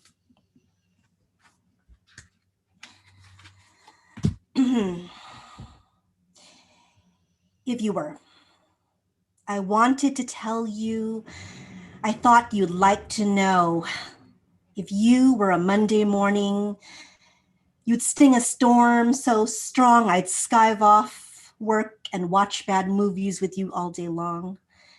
If you were a soft furnishing, you would be a blanket For every time you smother me, I know I'd be all warm and comfy. If you were a pencil grading, you'd be about 4B, for it's oh so very softly that you make your mark on me. If you were a French audio guide, I wouldn't understand, but I'd listen to your melody and know that life was grand. And if you were a famous landmark, you'd be the Eiffel Tower, because I really, really like it. I hope you don't mind me telling you I thought you'd like to know. If you were a beer, you'd be a limited edition, multi-award-winning Trappist beer, where they only brew a few each year, so every sip is super special. If you were an electronic device, you would be a dictaphone, because I'd be one if I didn't phone you when I couldn't be by your side. If you were a metal detector, you'd never need to start, for you've already found the keys to my softer side. If you were an invention, you'd be a suitcase wheel, because you always lighten my mind, no matter how weighted down you feel. And if you were a nonfiction book from the 1980s, you'd be the Usborne Spotter's Guide to Dinosaurs. For as long as you live and I will live, I know you'll always give me more and more. I hope you like me telling you I thought you'd like to know. If you were something that fell in the ocean, your buoyancy force would be less than 9.8 newtons, for it's when I sink right into you that I find my equilibrium. If you were an integral aspect of modern skyscraper design, you would be the lift, because you don't need the stairs from all those strangers. If you were a part of your sneeze, you'd be the little nose twitch you do before achoo. For you would bring me to my knees if you lost the things that made you you. If you were a condiment, you would be a sugar sachet, for if I ate a lemon, you'd be there for my mouth. But most importantly of all, if you were a button on a tele remote, you'd be the big red one you see, because no matter where you're taken to, you'll always stand by me. Thank you. And that was from Martin Gray, The Pretty Boys of Gangstertown. Unmute yourselves. Give it up for Trisha. That's my woman. Yes. My lady. Trisha De Jesus. You can find her Finn_Bell on Instagram. Shout out to Martin Gray, who was here last week. I hope he's watching. We giving you love. Well, Trisha's giving you love. We just jumping on the coattails. All right, next coming up is Ray Jane. Let me unmute Ray Jane, who has a little website of her own that you should go check out. There's only like 60, 70 plus recorded poems that you can find there, and some pictures and all that good stuff. Ray, let the people know where they can find you. Let us know who you're reading, and then let's hear your fire. Sure. What's up, y'all? I think it's dope that we're lifting other writers and people who are inspiring us. You can find me at itsrayjane.com if you would like to be inspired by me. But I'm going to share with you guys some new inspiration, because I think the things that the people that I've met here are writing are very inspiring. And I'm going to end with some classic inspiration. So my first comes from Jenna Fleeson's new book. Y'all go ahead on and cop that. Get your life together. There's a picture of Jenna if you've never seen her before. She's so cute. Okay. So this one is called Who's Writing? When trauma picks up the pen and begins to write your life, the memories begin to blur. You can't tell the difference. Sister becomes enemy, mother, monster. How can you decide the truth if you can't even remember what happened? If you can't remember, did it ever really happen? How can you forgive yourself for the lies you didn't know you were telling? It's as if the truth were butterflies you swallowed. They now wrestle with your stomach. You can't get them out until someone is willing to grab them. They reach their arm down your throat, grab a fistful, and you feel them near your intestines. Now, their clenched hand in front of you, they unravel their fingers, display the creatures on their palm, and then they run out of ink. Dope. Y'all see what I'm talking about? You see what I'm talking about? I'm inspired. I'm inspired again. I might go write something. Okay. Now for the classic inspiration, Miss Giovanni's already been mentioned, as she should be, over and over and over again. This one is for my brothers from Miss Nikki Giovanni. It's called Beautiful Black Men. Subtitle, with compliments and apologies to all not mentioned by name.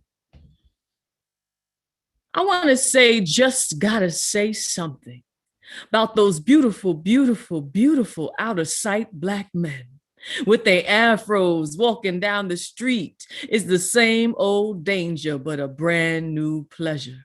Sitting on stoops in bars, going to offices, running numbers, watching for their whores, preaching in churches, driving their hogs, walking their dogs, winking at me in their fire red, lime green, burnt orange, royal blue, tight, tight pants that hug what I like to hug. Jerry Butler, Wilson Pickett, The Impressions, Temptations, Mighty, Mighty Sly. Don't have to do anything but walk on stage and I scream and stamp and shout. See new breed men in breed alls, dashiki suits with shirts that match. The lining that complements the ties, that smile at the sandals where dirty toes peek at me. And I scream and stamp and shout for more beautiful, beautiful, beautiful Black men with out of sight afros. Thank you. Unmute yourself. Give Yes. it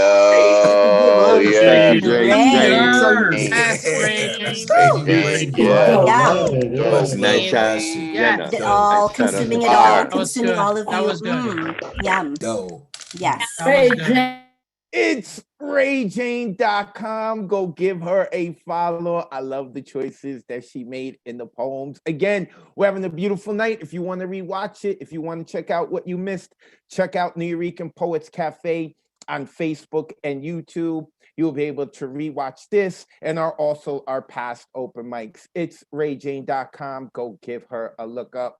Next, we are going to a man who writes legends. And let's see who he's going to be sharing today. And that is the urban cowboy poet. Love having this dude on. He was also part of our recent reel. Make sure you watch those highlights. Oh, really? At the end. Yes, I you gotta were. see it. Yeah, make sure you watch to the end. This is why you guys got to follow me on social media. I gotta So watch it. let the people know where they can follow you. Then tell us who you're reading, and the floor is yours. You can follow me at Urban Cowboy Poetry on YouTube or Facebook. But enough about me. I'm going to do a non-cowboy poem by the king of the cowboy poets, Baxter Black. And this is my cover hat. I saw him on Johnny Carson's show years back, of course. And he's explaining to Johnny that he read a study that showed that plants feel pain. And if anybody remembers Johnny, he would have said, I did not know that. So he had to rethink his morals, and this is Vegetarian's Nightmare by Baxter Black. Ladies and diners, I give you a shameful, degrading confession. A deed of disgrace in the name of good taste. Though I did it, I meant no aggression. I had planted a garden last April and lovingly sang it a ballad. But later in June, beneath a full moon, forgive me, I wanted a salad. So I slipped out and fondled a carrot, caressing its feathery top. With the force of a brute, I pulled out the root. It whimpered and came with a pop. Then laying my head on a radish, I jerked and left a small crater. Then with the blade of my true value spade, I exhumed a slumbering tater. Celery I plucked, I twisted a squash. Tomatoes were trembling with pain. I choked the romaine and screamed out in pain.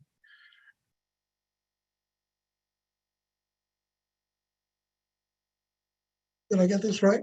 Okay.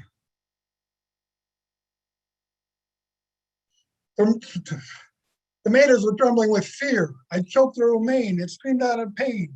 The anguish was filling my ears. Then I finally came to the lettuce as it cringed at the top of the road. With one wicked slice, I beheaded it twice. When it arrived, I dealt its death blow. I butchered the onions and parsley. My hole was all covered with gore. I chopped and I whacked without looking back. Then I stealthily slipped in the door. My bounty lay naked and dying, so I drowned them to stuff out their life. I sliced and I peeled as they thrashed and they reeled on the cutting board under my knife. I violated tomatoes so their innards would never survive. I grated and ground till they made not a sound. Then I boiled the tater alive. I gathered the small broken pieces I had tortured and killed with my hands and tossed them together, heedless of whether they suffered or made their demands. I ate them. Forgive me, I'm sorry. But hear me, though I'm a beginner. These plants feel pain, though it's hard to explain to someone who eats them for dinner. I plan to begin a crusade for plants' rights, including chickpeas.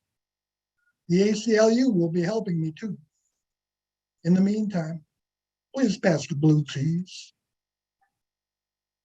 Unmute yourselves. Give it up. Yeah, Cowboy. CP does it again. There we go. Passing the blue cheese with the phone was nice. About Thousand Good Island, shake, Danny, Ray. Thousand Oh, Island. think about that when you're reading it down.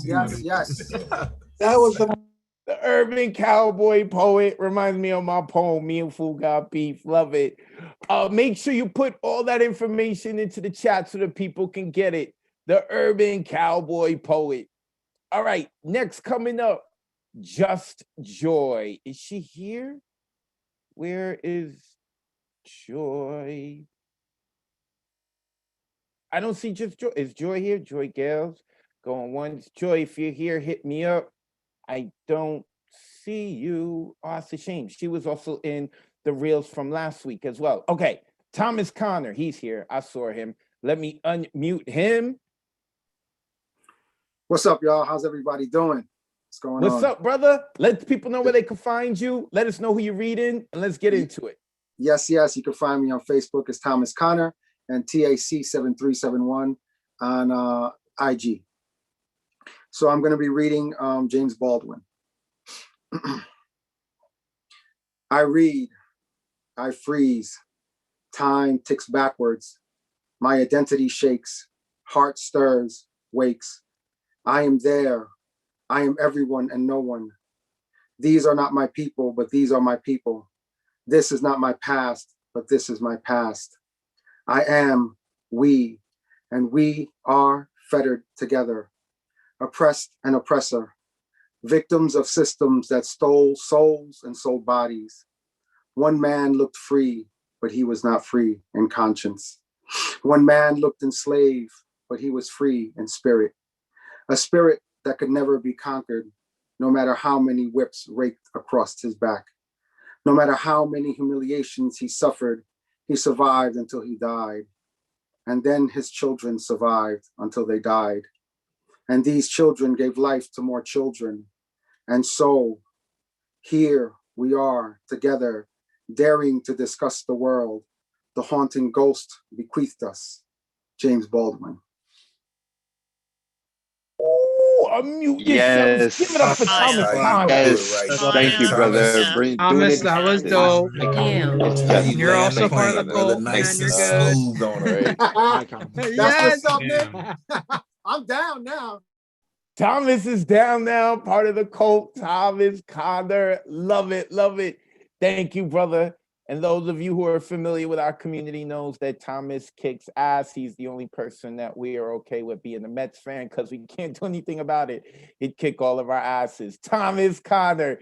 Thank you, brother. Next up, we have Propaganda Poet. Let's unmute him. Propaganda Poet was also highlighted in our reels from last I'm gonna have to go week. check that out.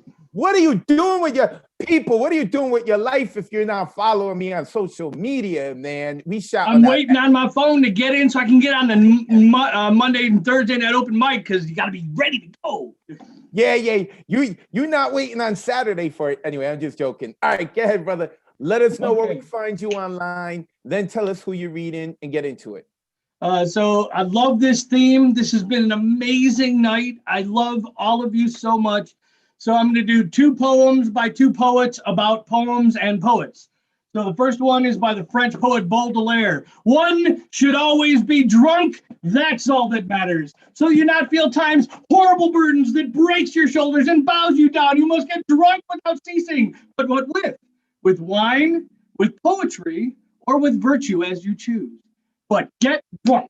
And if it's sometime on the steps of a palace or in the green grass of a ditch or in the bleak solitude of your own room you are awaking and drunkenness is already abated, ask the wind, the wave, the star, the bird, the clock, although it rolls, although it soars, although it sings, although it speaks, ask what time it is. And the wind, the wave, the star, the bird, the clock will reply, it is time to get drunk. So you're not the murdered slaves of time. Get drunk, and never pause for rest. With wine, with poetry, or with virtue as you choose. And that was the French poet Baudelaire. And then my second piece is by an amazing poet, an amazing man. I had the good fortune of working with this man for a few years. I got him into every college and university I taught at as a special speaker because this man teaches. This man, he is a New Jersey native. He's a graduate and a teacher from Rutgers, Mr. Talam Acey. If you have not heard of him, you need to look him up. Taalamacey, Talam Acey. So, in honor of that man and all of you here, what if this is God's work? I said, what if this is God's work? What if real poets walk the earth and live lives fit for a prophet's verb, spreading ancient wisdom like the Coptic Church, and those who know what they're hearing know that they're hearing something special? And perhaps eventually a poet be sitting here just to bless you, test you in a world of lies. And if you feel your eyes cry, it's because they recognize that what they're seeing is the truth. And those chills up your spine will be absolute proof that in this now, where politicians and clergy have proven themselves unworthy of your time, and television shows and music videos have proven themselves unworthy of your mind, don't be surprised to find God is especially present in poetry pens. Guiding poets' pens, not just those men who pretend to be closer to God than you by making you ashamed of your sins when the lives that they've lived may not have been what God intends for your salvation. What if this is God's work?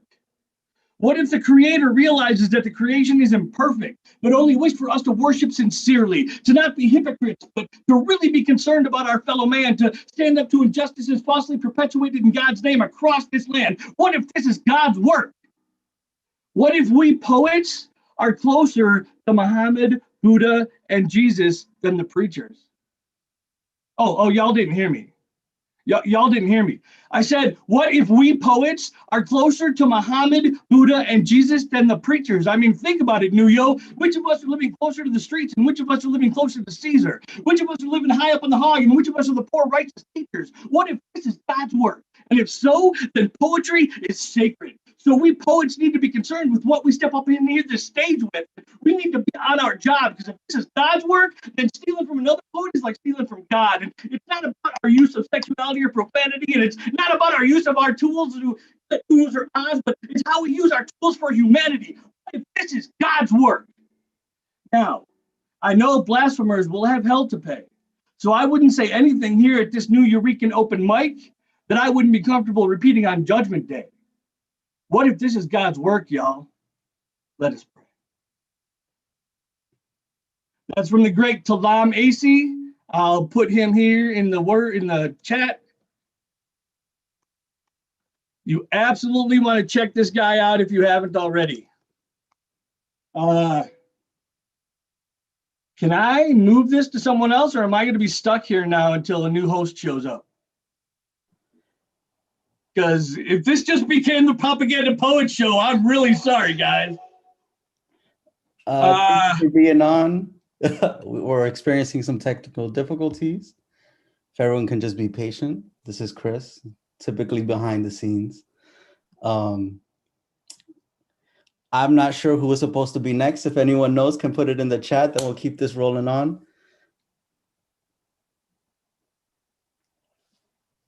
Sarah. Sarah Aaron, I think is next. Yeah, Sarah Aaron is next. Oh, says that they can't tonight. Then I know Jane's spoken word was on the list at either next or after that. And we all want to hear from Jane's spoken word for sure. So let's, if we're not going to switch to her, then I'm going to go ahead and just. Yeah, we'll go with Jane. Thank you, Propaganda Poet. Okay, cool. Thank you, everyone. Thank you, everyone.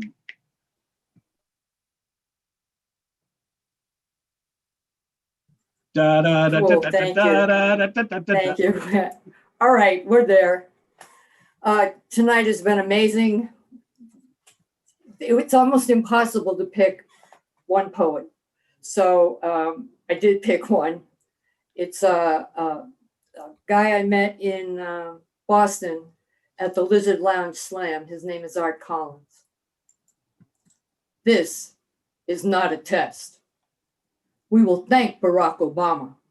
Black farmers will stay fed because they learned how to live off the land instead of fast food and supermarkets. Random searches will be conducted. Illegal aliens will be the ones abducted. And my gun will still be my wife because the public has always been corrupted. Some will eat chicken and watermelon while watching religion on television. Native tongues will gamble with drugs and alcoholism. Some will think they can dance, but have no rhythm. The rich will finally reverse roles and understand how the poor have been living. Others will speak no English as a second language, communicating only through osmosis and karma.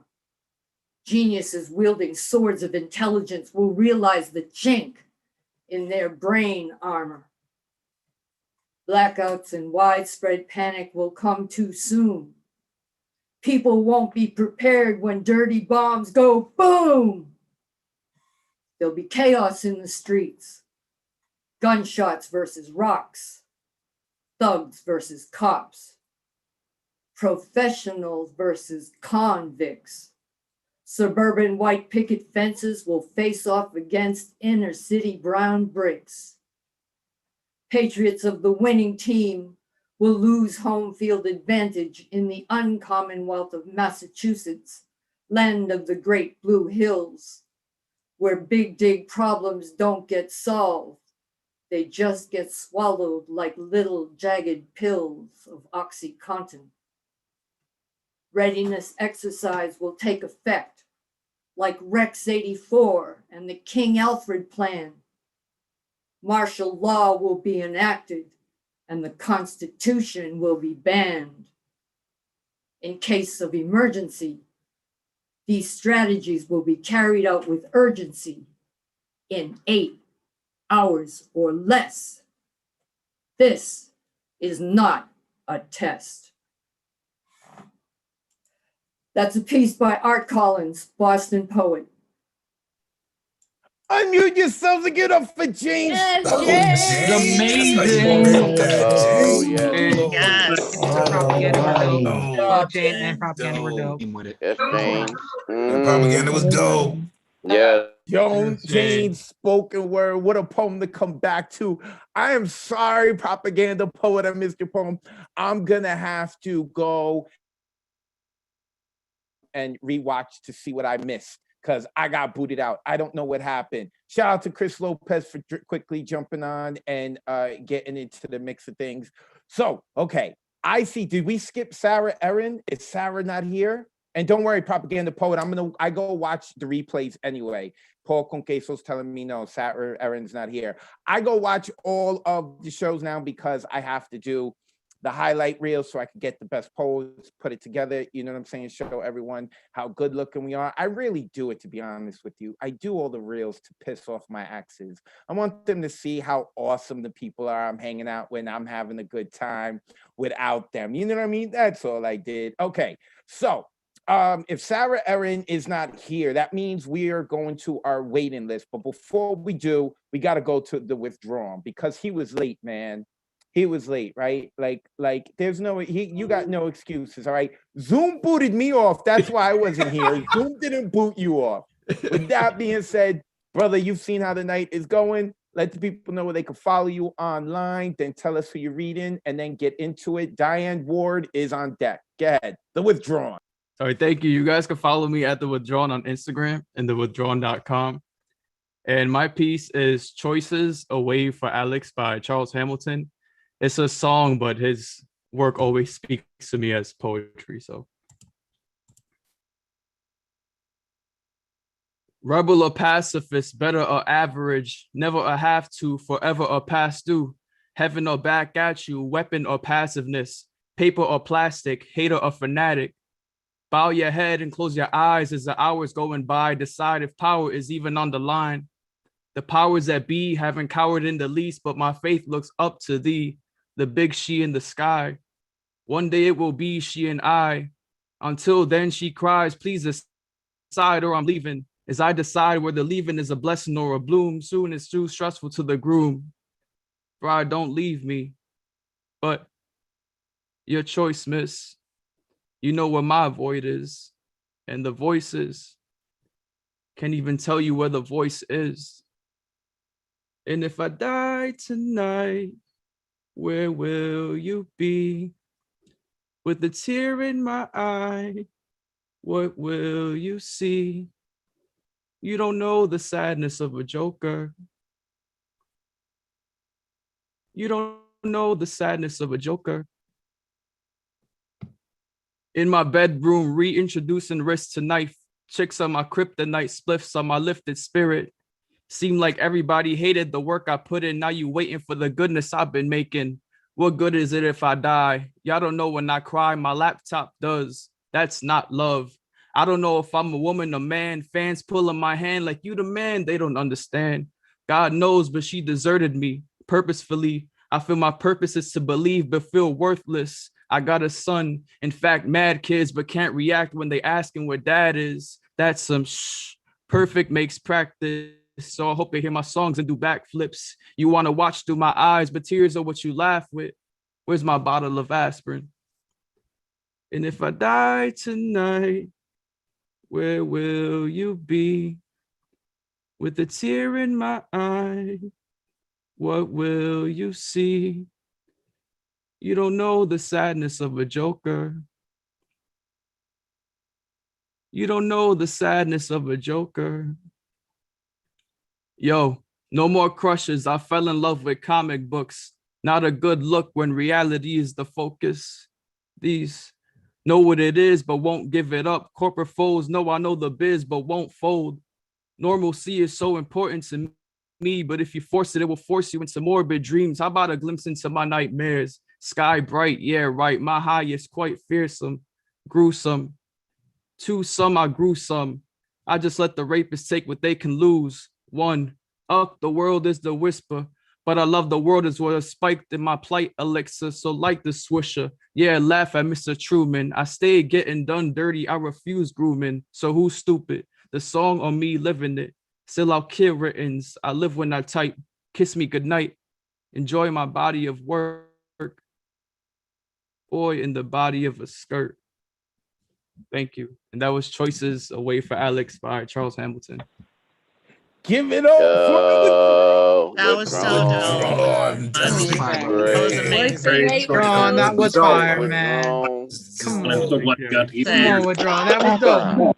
The Withdrawn. You can check him out, thewithdrawn.com. You can also check him on Instagram at The Withdrawn. He was part of the big opening for Love Letters to Gaia, so make sure you check that out. So we're going to get into our waiting list, but before we do, I'm going to share something. Not that I read, but one of the authors who I really like. Okay. I am inspired by many different writers.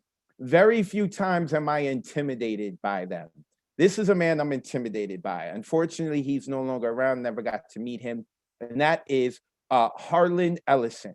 And this is an excerpt from one of his pieces called Valerie. And I love this poem.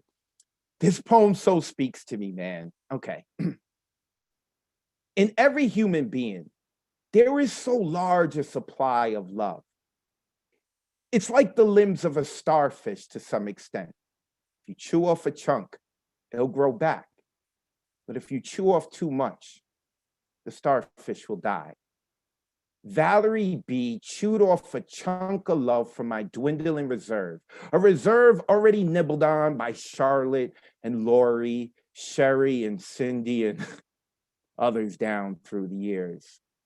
There's still enough to make a saleable appearance of a whole creature, but nobody gets gnawed on that way without becoming a little dead.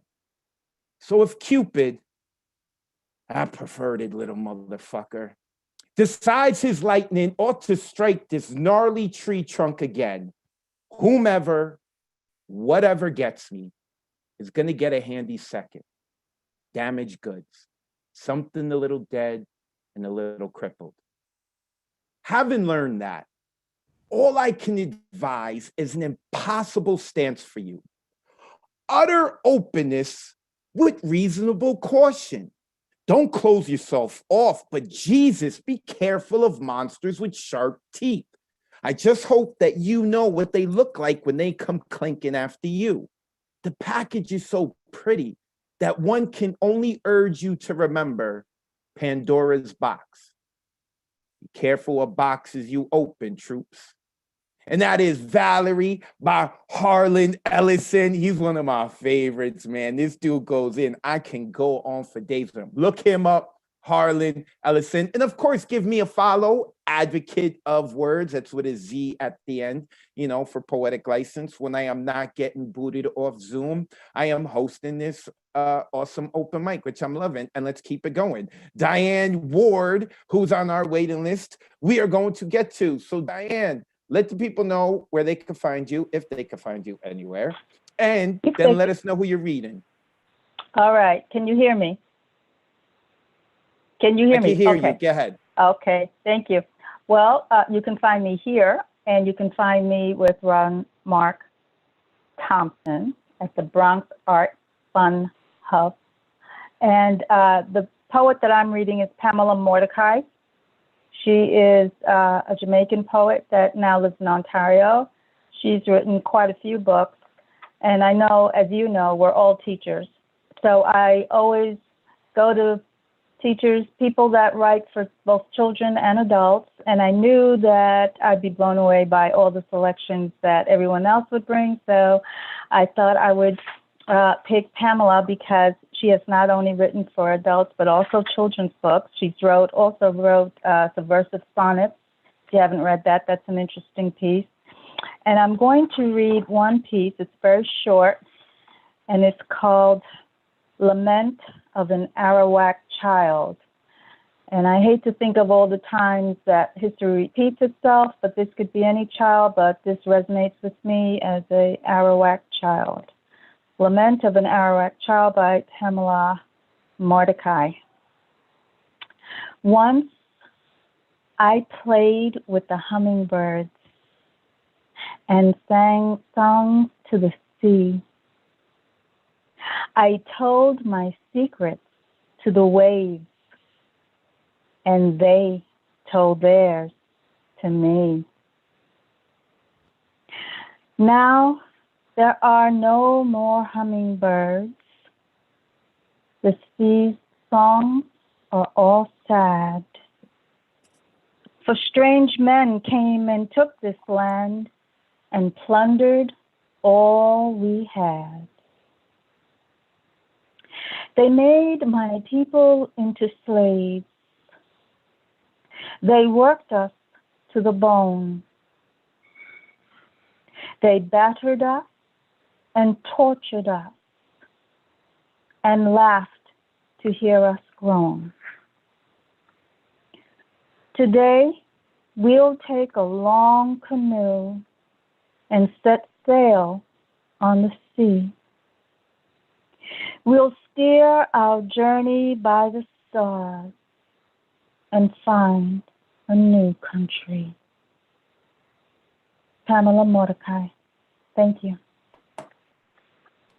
Unmute yourself. Always so beautiful, Diane. It's Whoa. amazing. Yes, Oh yes, my yes, God. yes. So amazing. Fire. Super Shit, dope. Diane. Super, super. Always bring it. Dang. Uh-huh. I love listening to Diane Reed, man. Like I love it. You know, when I tell people, like, if you want to know if you have a good poem in this day and age, use the technology. And we have certain technology. We could go to certain websites, you could put in text and you can hear like the computer read back your poem. And I tell people you should do that. If you want to know if you have a good poem, do that. And if it still sounds good, you know you have a good poem and it's not hidden by like how you're pronouncing it and trying to give it some flash. Diane Ward is the exact opposite. If you have her read your poem, no matter how bad it is, she's going to make it sound like a winner. I love listening to Diane Reed, man. Diane Ward, I appreciate having her here. Ron Mark Thompson, thank you for bringing her. Luciana is next, but I don't see her. Luciana, where she's usually checking us out all the time. She said she was going to read. She's from Brazil. I don't see her. She's not here. Okay, so Luciana is not here. Next, I do have Roz. Did Roz leave? Roz has to work at night, working in the court system. No, Roz is right there. I see Roz. Wait, but is Roz here? Roz is on Zoom. Wait, Yes, wait. I'm here. Can y'all Oh, hear there me? we go, Roz. I can hear you. Roz, let the people know where they can find you. Then let us know whose poetry you're reading. Through Her Big Brown Eyes is my Instagram, and that's where you can follow me. I am choosing. Roz, you your hear me? video's off. Do you know that? We can hear you, but your video's off. Hold on, let me try. You know what? Can you jump on to the next person and I'll try to reboot? All right, cool. I'll let you back in. We'll have time All to right. get you back in. All right. Thanks.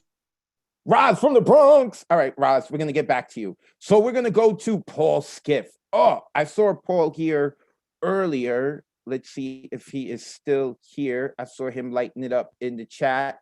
Yes, I see him. I see him. Lower East Side. PaulSkiff.com. You can check him out there. The New Yo OG. Paul, it's good to see you. Let the people know where they can find you. PaulSkiff.com. And then let us know who you're reading. You got the sound? Am I coming over? I was having technical problems myself earlier. Hope you got we can hear you. You're okay. Good. You're good. Well, I hope Roz gets back on. I'm going to read this poem by this guy, Hart Crane, New York poet from the 20s and 30s, 1920s and 30s. This is called To Brooklyn Bridge. This is somebody who's, totally down into some solid word work. And I just like his writing because it's very urban. How many dawns chill from his rippling rest, the seagull's wings shall dip and pivot him, shedding white rings of tumult, building high over the chained bay waters, liberty. Then, within violet curve, forsake our eyes, as apparitional as sails that cross some page of figures to be filed away till elevators drop us from our day. I think of cinemas, panoramic slights, with multitudes bent toward some flashing scene never disclosed, but hastened to again, foretold to other eyes on the same screen. And thee across the harbor, silver paced, as though the sun took step of thee, yet left some emotion ever unspent in thy stride, implicitly thy freedom staying thee.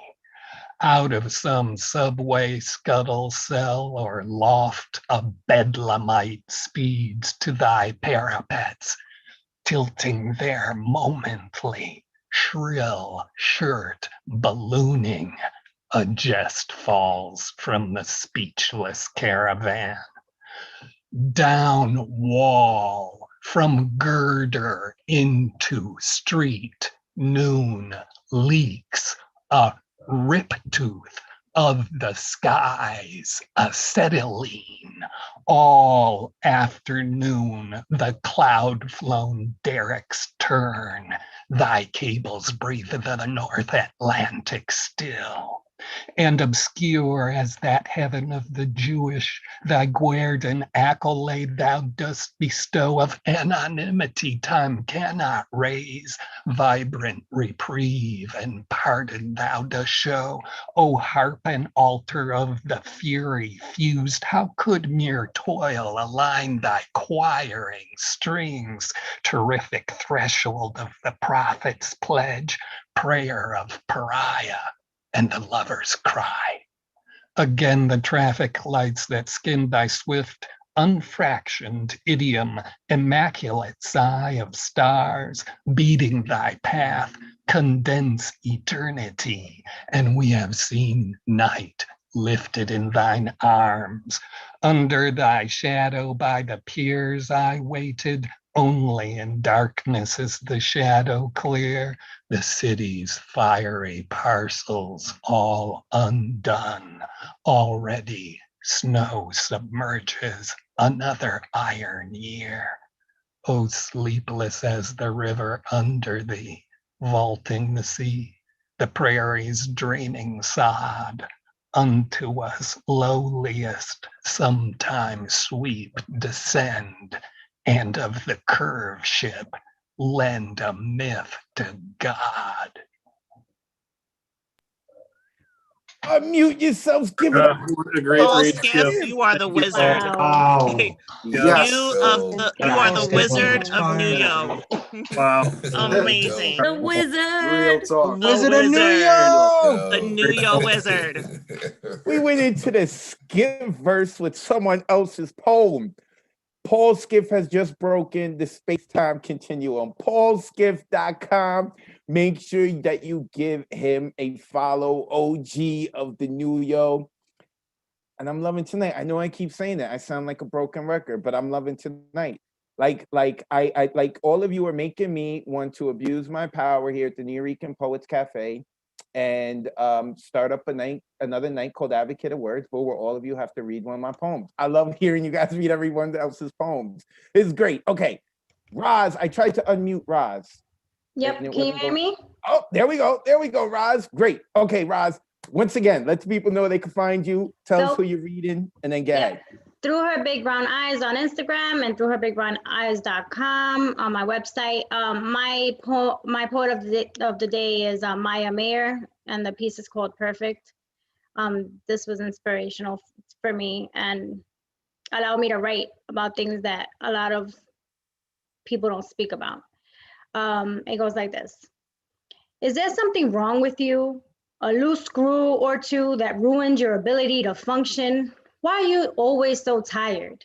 Your life is uninspired and small. All you do is sprawl on the couch with outstretched limbs like a sloth in slow motion. Where's your devotion to succeed, Maya? Did it drift out of the window with the smoke from your weed? Do I need to force feed you discipline till you finally concede? I cook and I clean and I don't stop till my soles on my feet bleed, but I'm fine. I'm perfect. Be perfect, Maya. Be perfect like me. Stop wearing those god-awful ripped pants and that lipstick like a whore with double D implants. You only get one chance. Stop acting like a cat with 9 lives left. Stop committing yourself to songs and stories and spoken slam bullshit in a world where degrees and PhDs impede the need for poetry. And stop chewing on your nails. No wonder you've never attracted any males. Why do you do that? Do you like the taste? Are they sweet? You can't eat sweets, Maya. You're ruining your teeth like you're ruining your life. My teeth are perfect, clean and pristine. They gleam like the golden halo above my perfectly conditioned head. I don't need sugar, Maya. I'm above sugar. Why are you down here, Maya? Why are you down here where you should be up here with the ones that have a promising career, who listen when information goes in one ear and doesn't come out the other? You'll never be up here, Maya. You act as if the act of listening is a crime, or you would have heard me the 666th time I told you to stop chewing on your nails. Stop chewing on your nails like a goddamn piece of trash. You can't be trash, Maya. You have to be perfect. Be perfect. Like me. I get up at 5 in the morning every day and start my day the same way, worried that I'll collapse as my bones start to decay from cleaning up your scraps. Why is your room such a mess? The clothes go in the hamper, Maya, not displayed on the bed like your lack of morals, not littered on the floor, collecting more dust than my withered expectations. You disregard my rules with stubborn contempt in a substandard attempt at teenage rebellion, but you can't be a rebel, Maya. You're not interesting enough. You need to obey and say yes and okay. You need to do it with a smile on your face. 1 second, I lost my place. You need to try harder, Maya. Make it wider, Maya. Why don't you know how to smile? You disappoint me, Maya. You never appreciate what I do for you. You never try to be a winner, and you never eat your dinner. You never eat your dinner I consistently provide for you, as I constantly remind you of the life I put aside for you. That meal doesn't pay for itself. I don't care if it's ideal. Stop telling me how you feel. You need to eat it. Eat it all. Eat it at a reasonable time with a glass of milk. You need milk, Maya. You need calcium, like you need a catalyst for growth. You'll never grow to be tall. Be tall like me. I drink my milk, Maya. Drink your fucking milk. Be tall. Be perfect. Be perfect like me. You need to pay more attention, Maya. Stop daydreaming, Maya. Stop staring at the ceiling as if you are redeeming quality lies, hiding in the plaster. You need to organize your life. Your life is a disaster. Just like your room, just like your teeth, just like your future, which will soon come to an end if you don't put down that pen. You need to stop writing, Maya. Your life is not a book.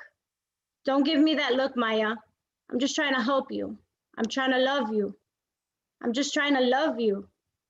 You have to let me love you so that you can be perfect. Be perfect like me. End poem. Whoa. Oh my God. Oh, that was That's some fire. old That was mommy dearest hot. type shit right there. That was dope, Roz. That was dope. This that hit me in all the feels through herbigbrowneyes.com. You can check out Roz through herbigbrowneyes.com and on Instagram through herbigbrownyes. Roz, make sure that you put all of the information of the poet into the chat. I think you just got them some new fans. That was Roz representing the Bronx. Oh, I love it. I love it. And you guys, everyone's revealing so much about themselves, including me in the poem that I shared, about themselves in terms of who they read. And I love it. It's as if you're giving of yourself with your own poems. I love it. All right. Alexander Goldberg is next. The Goatberg. Let me unmute him. Alexander, let the people know where they can find you online. And then tell us who you're reading and let's hear it. Find me online, Alexander Goldberg 35 on Facebook, Gorbensky on Instagram, and Algon15 on Twitter. So I am reading the person who you see in my background with yours truly. That picture was taken in the East Village, Manhattan. That is the Ukrainian poet Sergei Zhadan. That's who I'll be reading tonight. What will you remember about these times? Memory washes out all the voices. Memory doesn't remember any names, any titles, but she must remember. Remember each of us. Remember how we were in love with your face. Even if you didn't like it, remember it. Even if you didn't believe how serious our diseases were. Even if you didn't doubt the hopelessness of our attempts. Even if you can't remember our names. Even if the colors of our banners annoyed you. The language of our declarations of love. The biographies of our saints. The weapons, wine, and books in our houses. Remember everything we wrote to you in our letters. Remember how many of us died in faraway towns. Remember how many of us were broken and sold out. Remember at least one of us, even in the passing. Remember how we'd catch your words. Remember our failures and our amazing feats, our loyalty, our courage, our fears, and carry our love with you like old sins. Whether you want it or not, there will be nothing without you. Our hearts rest on river bottoms like naval mines. Remember each retreat. Remember each attack. If you can, remember everything till death, at least. That was a poem by Sergei Zhadan. Unmute That was yourselves so again for the dope. Go Yeah, Birds. go birds. So dope. That was awesome. Go, Good go, shit. go. Great read. All right, all right. Loving it, loving it. And he put in the visual so that we can see who he was sharing. And I saw that picture on his Facebook. Make sure you follow him, Alexander Goldberg. During the 1-year anniversary, I was snooping through all of everyone's social medias. So I remember that picture and I was looking for one of Alexander. All right, cool. So I got time for one more poet. Is Eric G here? Yes, he is. Eric Gonzalez. That's who that is. Let me unmute him. Eric, where are you located? What's going on, guys? I'm from Brooklyn, Sunset Park. Oh, that's what's up. Brooklyn in the building. I'm from the Bronx. I don't hate Brooklyn. So I know there's supposed to be that rivalry, man. I always got jokes on Brooklyn, though. Because anywhere you go, people are like, Brooklyn. And I'm always thinking, man, like, y'all could be in Iceland and do that. If Brooklyn is so great, why aren't Brooklynites staying in Brooklyn? Y'all everywhere in the world, man. I just got jokes. I got jokes. All right, Eric. So if you've been following tonight, you know we are reading other poets' poems, not our own. So let the people know where they can follow you online. Then let us know who you're reading, and let's hear it. All right, sounds good. I don't have any social media, so there's no way for you to follow me. But hopefully I'll be on more often and share some of my work. The poem I'm gonna read tonight is her name is Warsan Shire, and she has a book called Teaching My Mother How to Give Birth. And the poem that I'm gonna read tonight is called Conversations About Home. Well, I think home spat me out. The blackouts, the curfews like tongue against loose tooth. God, do you know how difficult it is to talk about the day your own city dragged you by the hair? Past the old prison, past the school gates, past the burning torsos erected on poles like flags. When I meet others like me, I recognize the longing, the missing, the memory of ash on their face. No one leaves home unless home is the mouth of a shark. I've been carrying the old anthem in my mouth for so long that there's no space for another song, another tongue, or another language. I know a shame of shrewds totally engulfs. I tore up and ate my own passport in an airport hotel. I'm bloated with language I can't afford to forget. They ask me, how did you get here? Can't you see it on my body? The Libyan desert red with immigrant bodies, the Gulf of Aden bloated, the city of Rome with no jacket. I hope the journey meant more than miles because all of my children are in the water. I thought the sea was safer than the land. I want to make love, but my hair smells of war and running. I want to lay down, but these countries are like uncles who touch you when you're young and asleep. Look at all these borders foaming at the mouth with bodies broken and desperate. I'm the color of hot sun on the face. My mother's remains were never buried. I spent days and nights in the stomach of a truck. I did not come out the same. Sometimes I feel like someone else is wearing my body. I know a few things to be true. I don't know where I'm going, where I have come from is disappearing. I am unwelcome and my beauty is not beauty here. My body is burning with the shame of not belonging. My body is longing. I am the sin of memory and the absence of memory. I watch the news and my mouth becomes a sink full of blood. The lines, the forms, the people at the desk, the calling cards, the immigration officer, the looks on the street, the people settling deep into my bones, the English classes at night, the distance I am from home. But all of this is better than the scent of a woman completely on fire, or a truckload of men who look like my father, pulling out my teeth and nails, or 14 men between my legs, or a gun, or a promise, or a lie, or his name, or his manhood in my mouth. I hear them say, no, go home. I'm sorry. I hear them say, go home. I hear them say, fucking immigrants, fucking refugees. Are you really this arrogant? Do they not know that stability is like a lover with a sweet mouth? Upon the body 1 second, the next you are a tremor lying on the floor covered in rubble, an old currency waiting for its return. All I can say is I was once like you, the apathy, the pity, the ungrateful placement, and now my home is the mouth of a shark. Now my home is the barrel of a gun. I'll see you on the other side. Thank you. This is Washington Shire. Unmute yourselves. Give it up for Eric. Oh my God. Yes. That's awesome. Wow.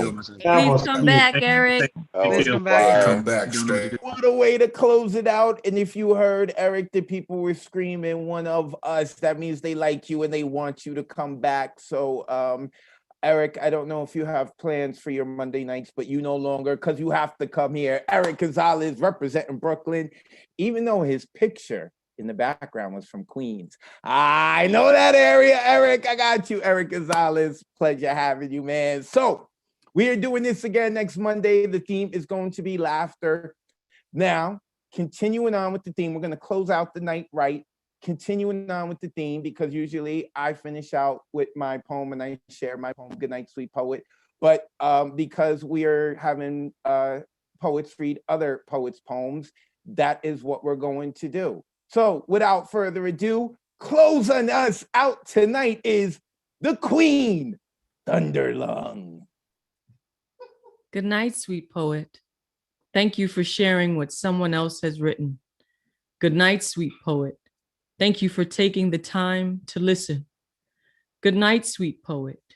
May your dreams be imaginative as tonight's poems. Good night, sweet poem. Thank you for inviting the spirit of Miguel Algarin into your home. This has been the Monday Night Online Open Mic, presented by the New Eurekan Poets Cafe and hosted by Advocate of Words. On behalf of the community tonight, I, Ray Jane, would like to say, good night, sweet poet.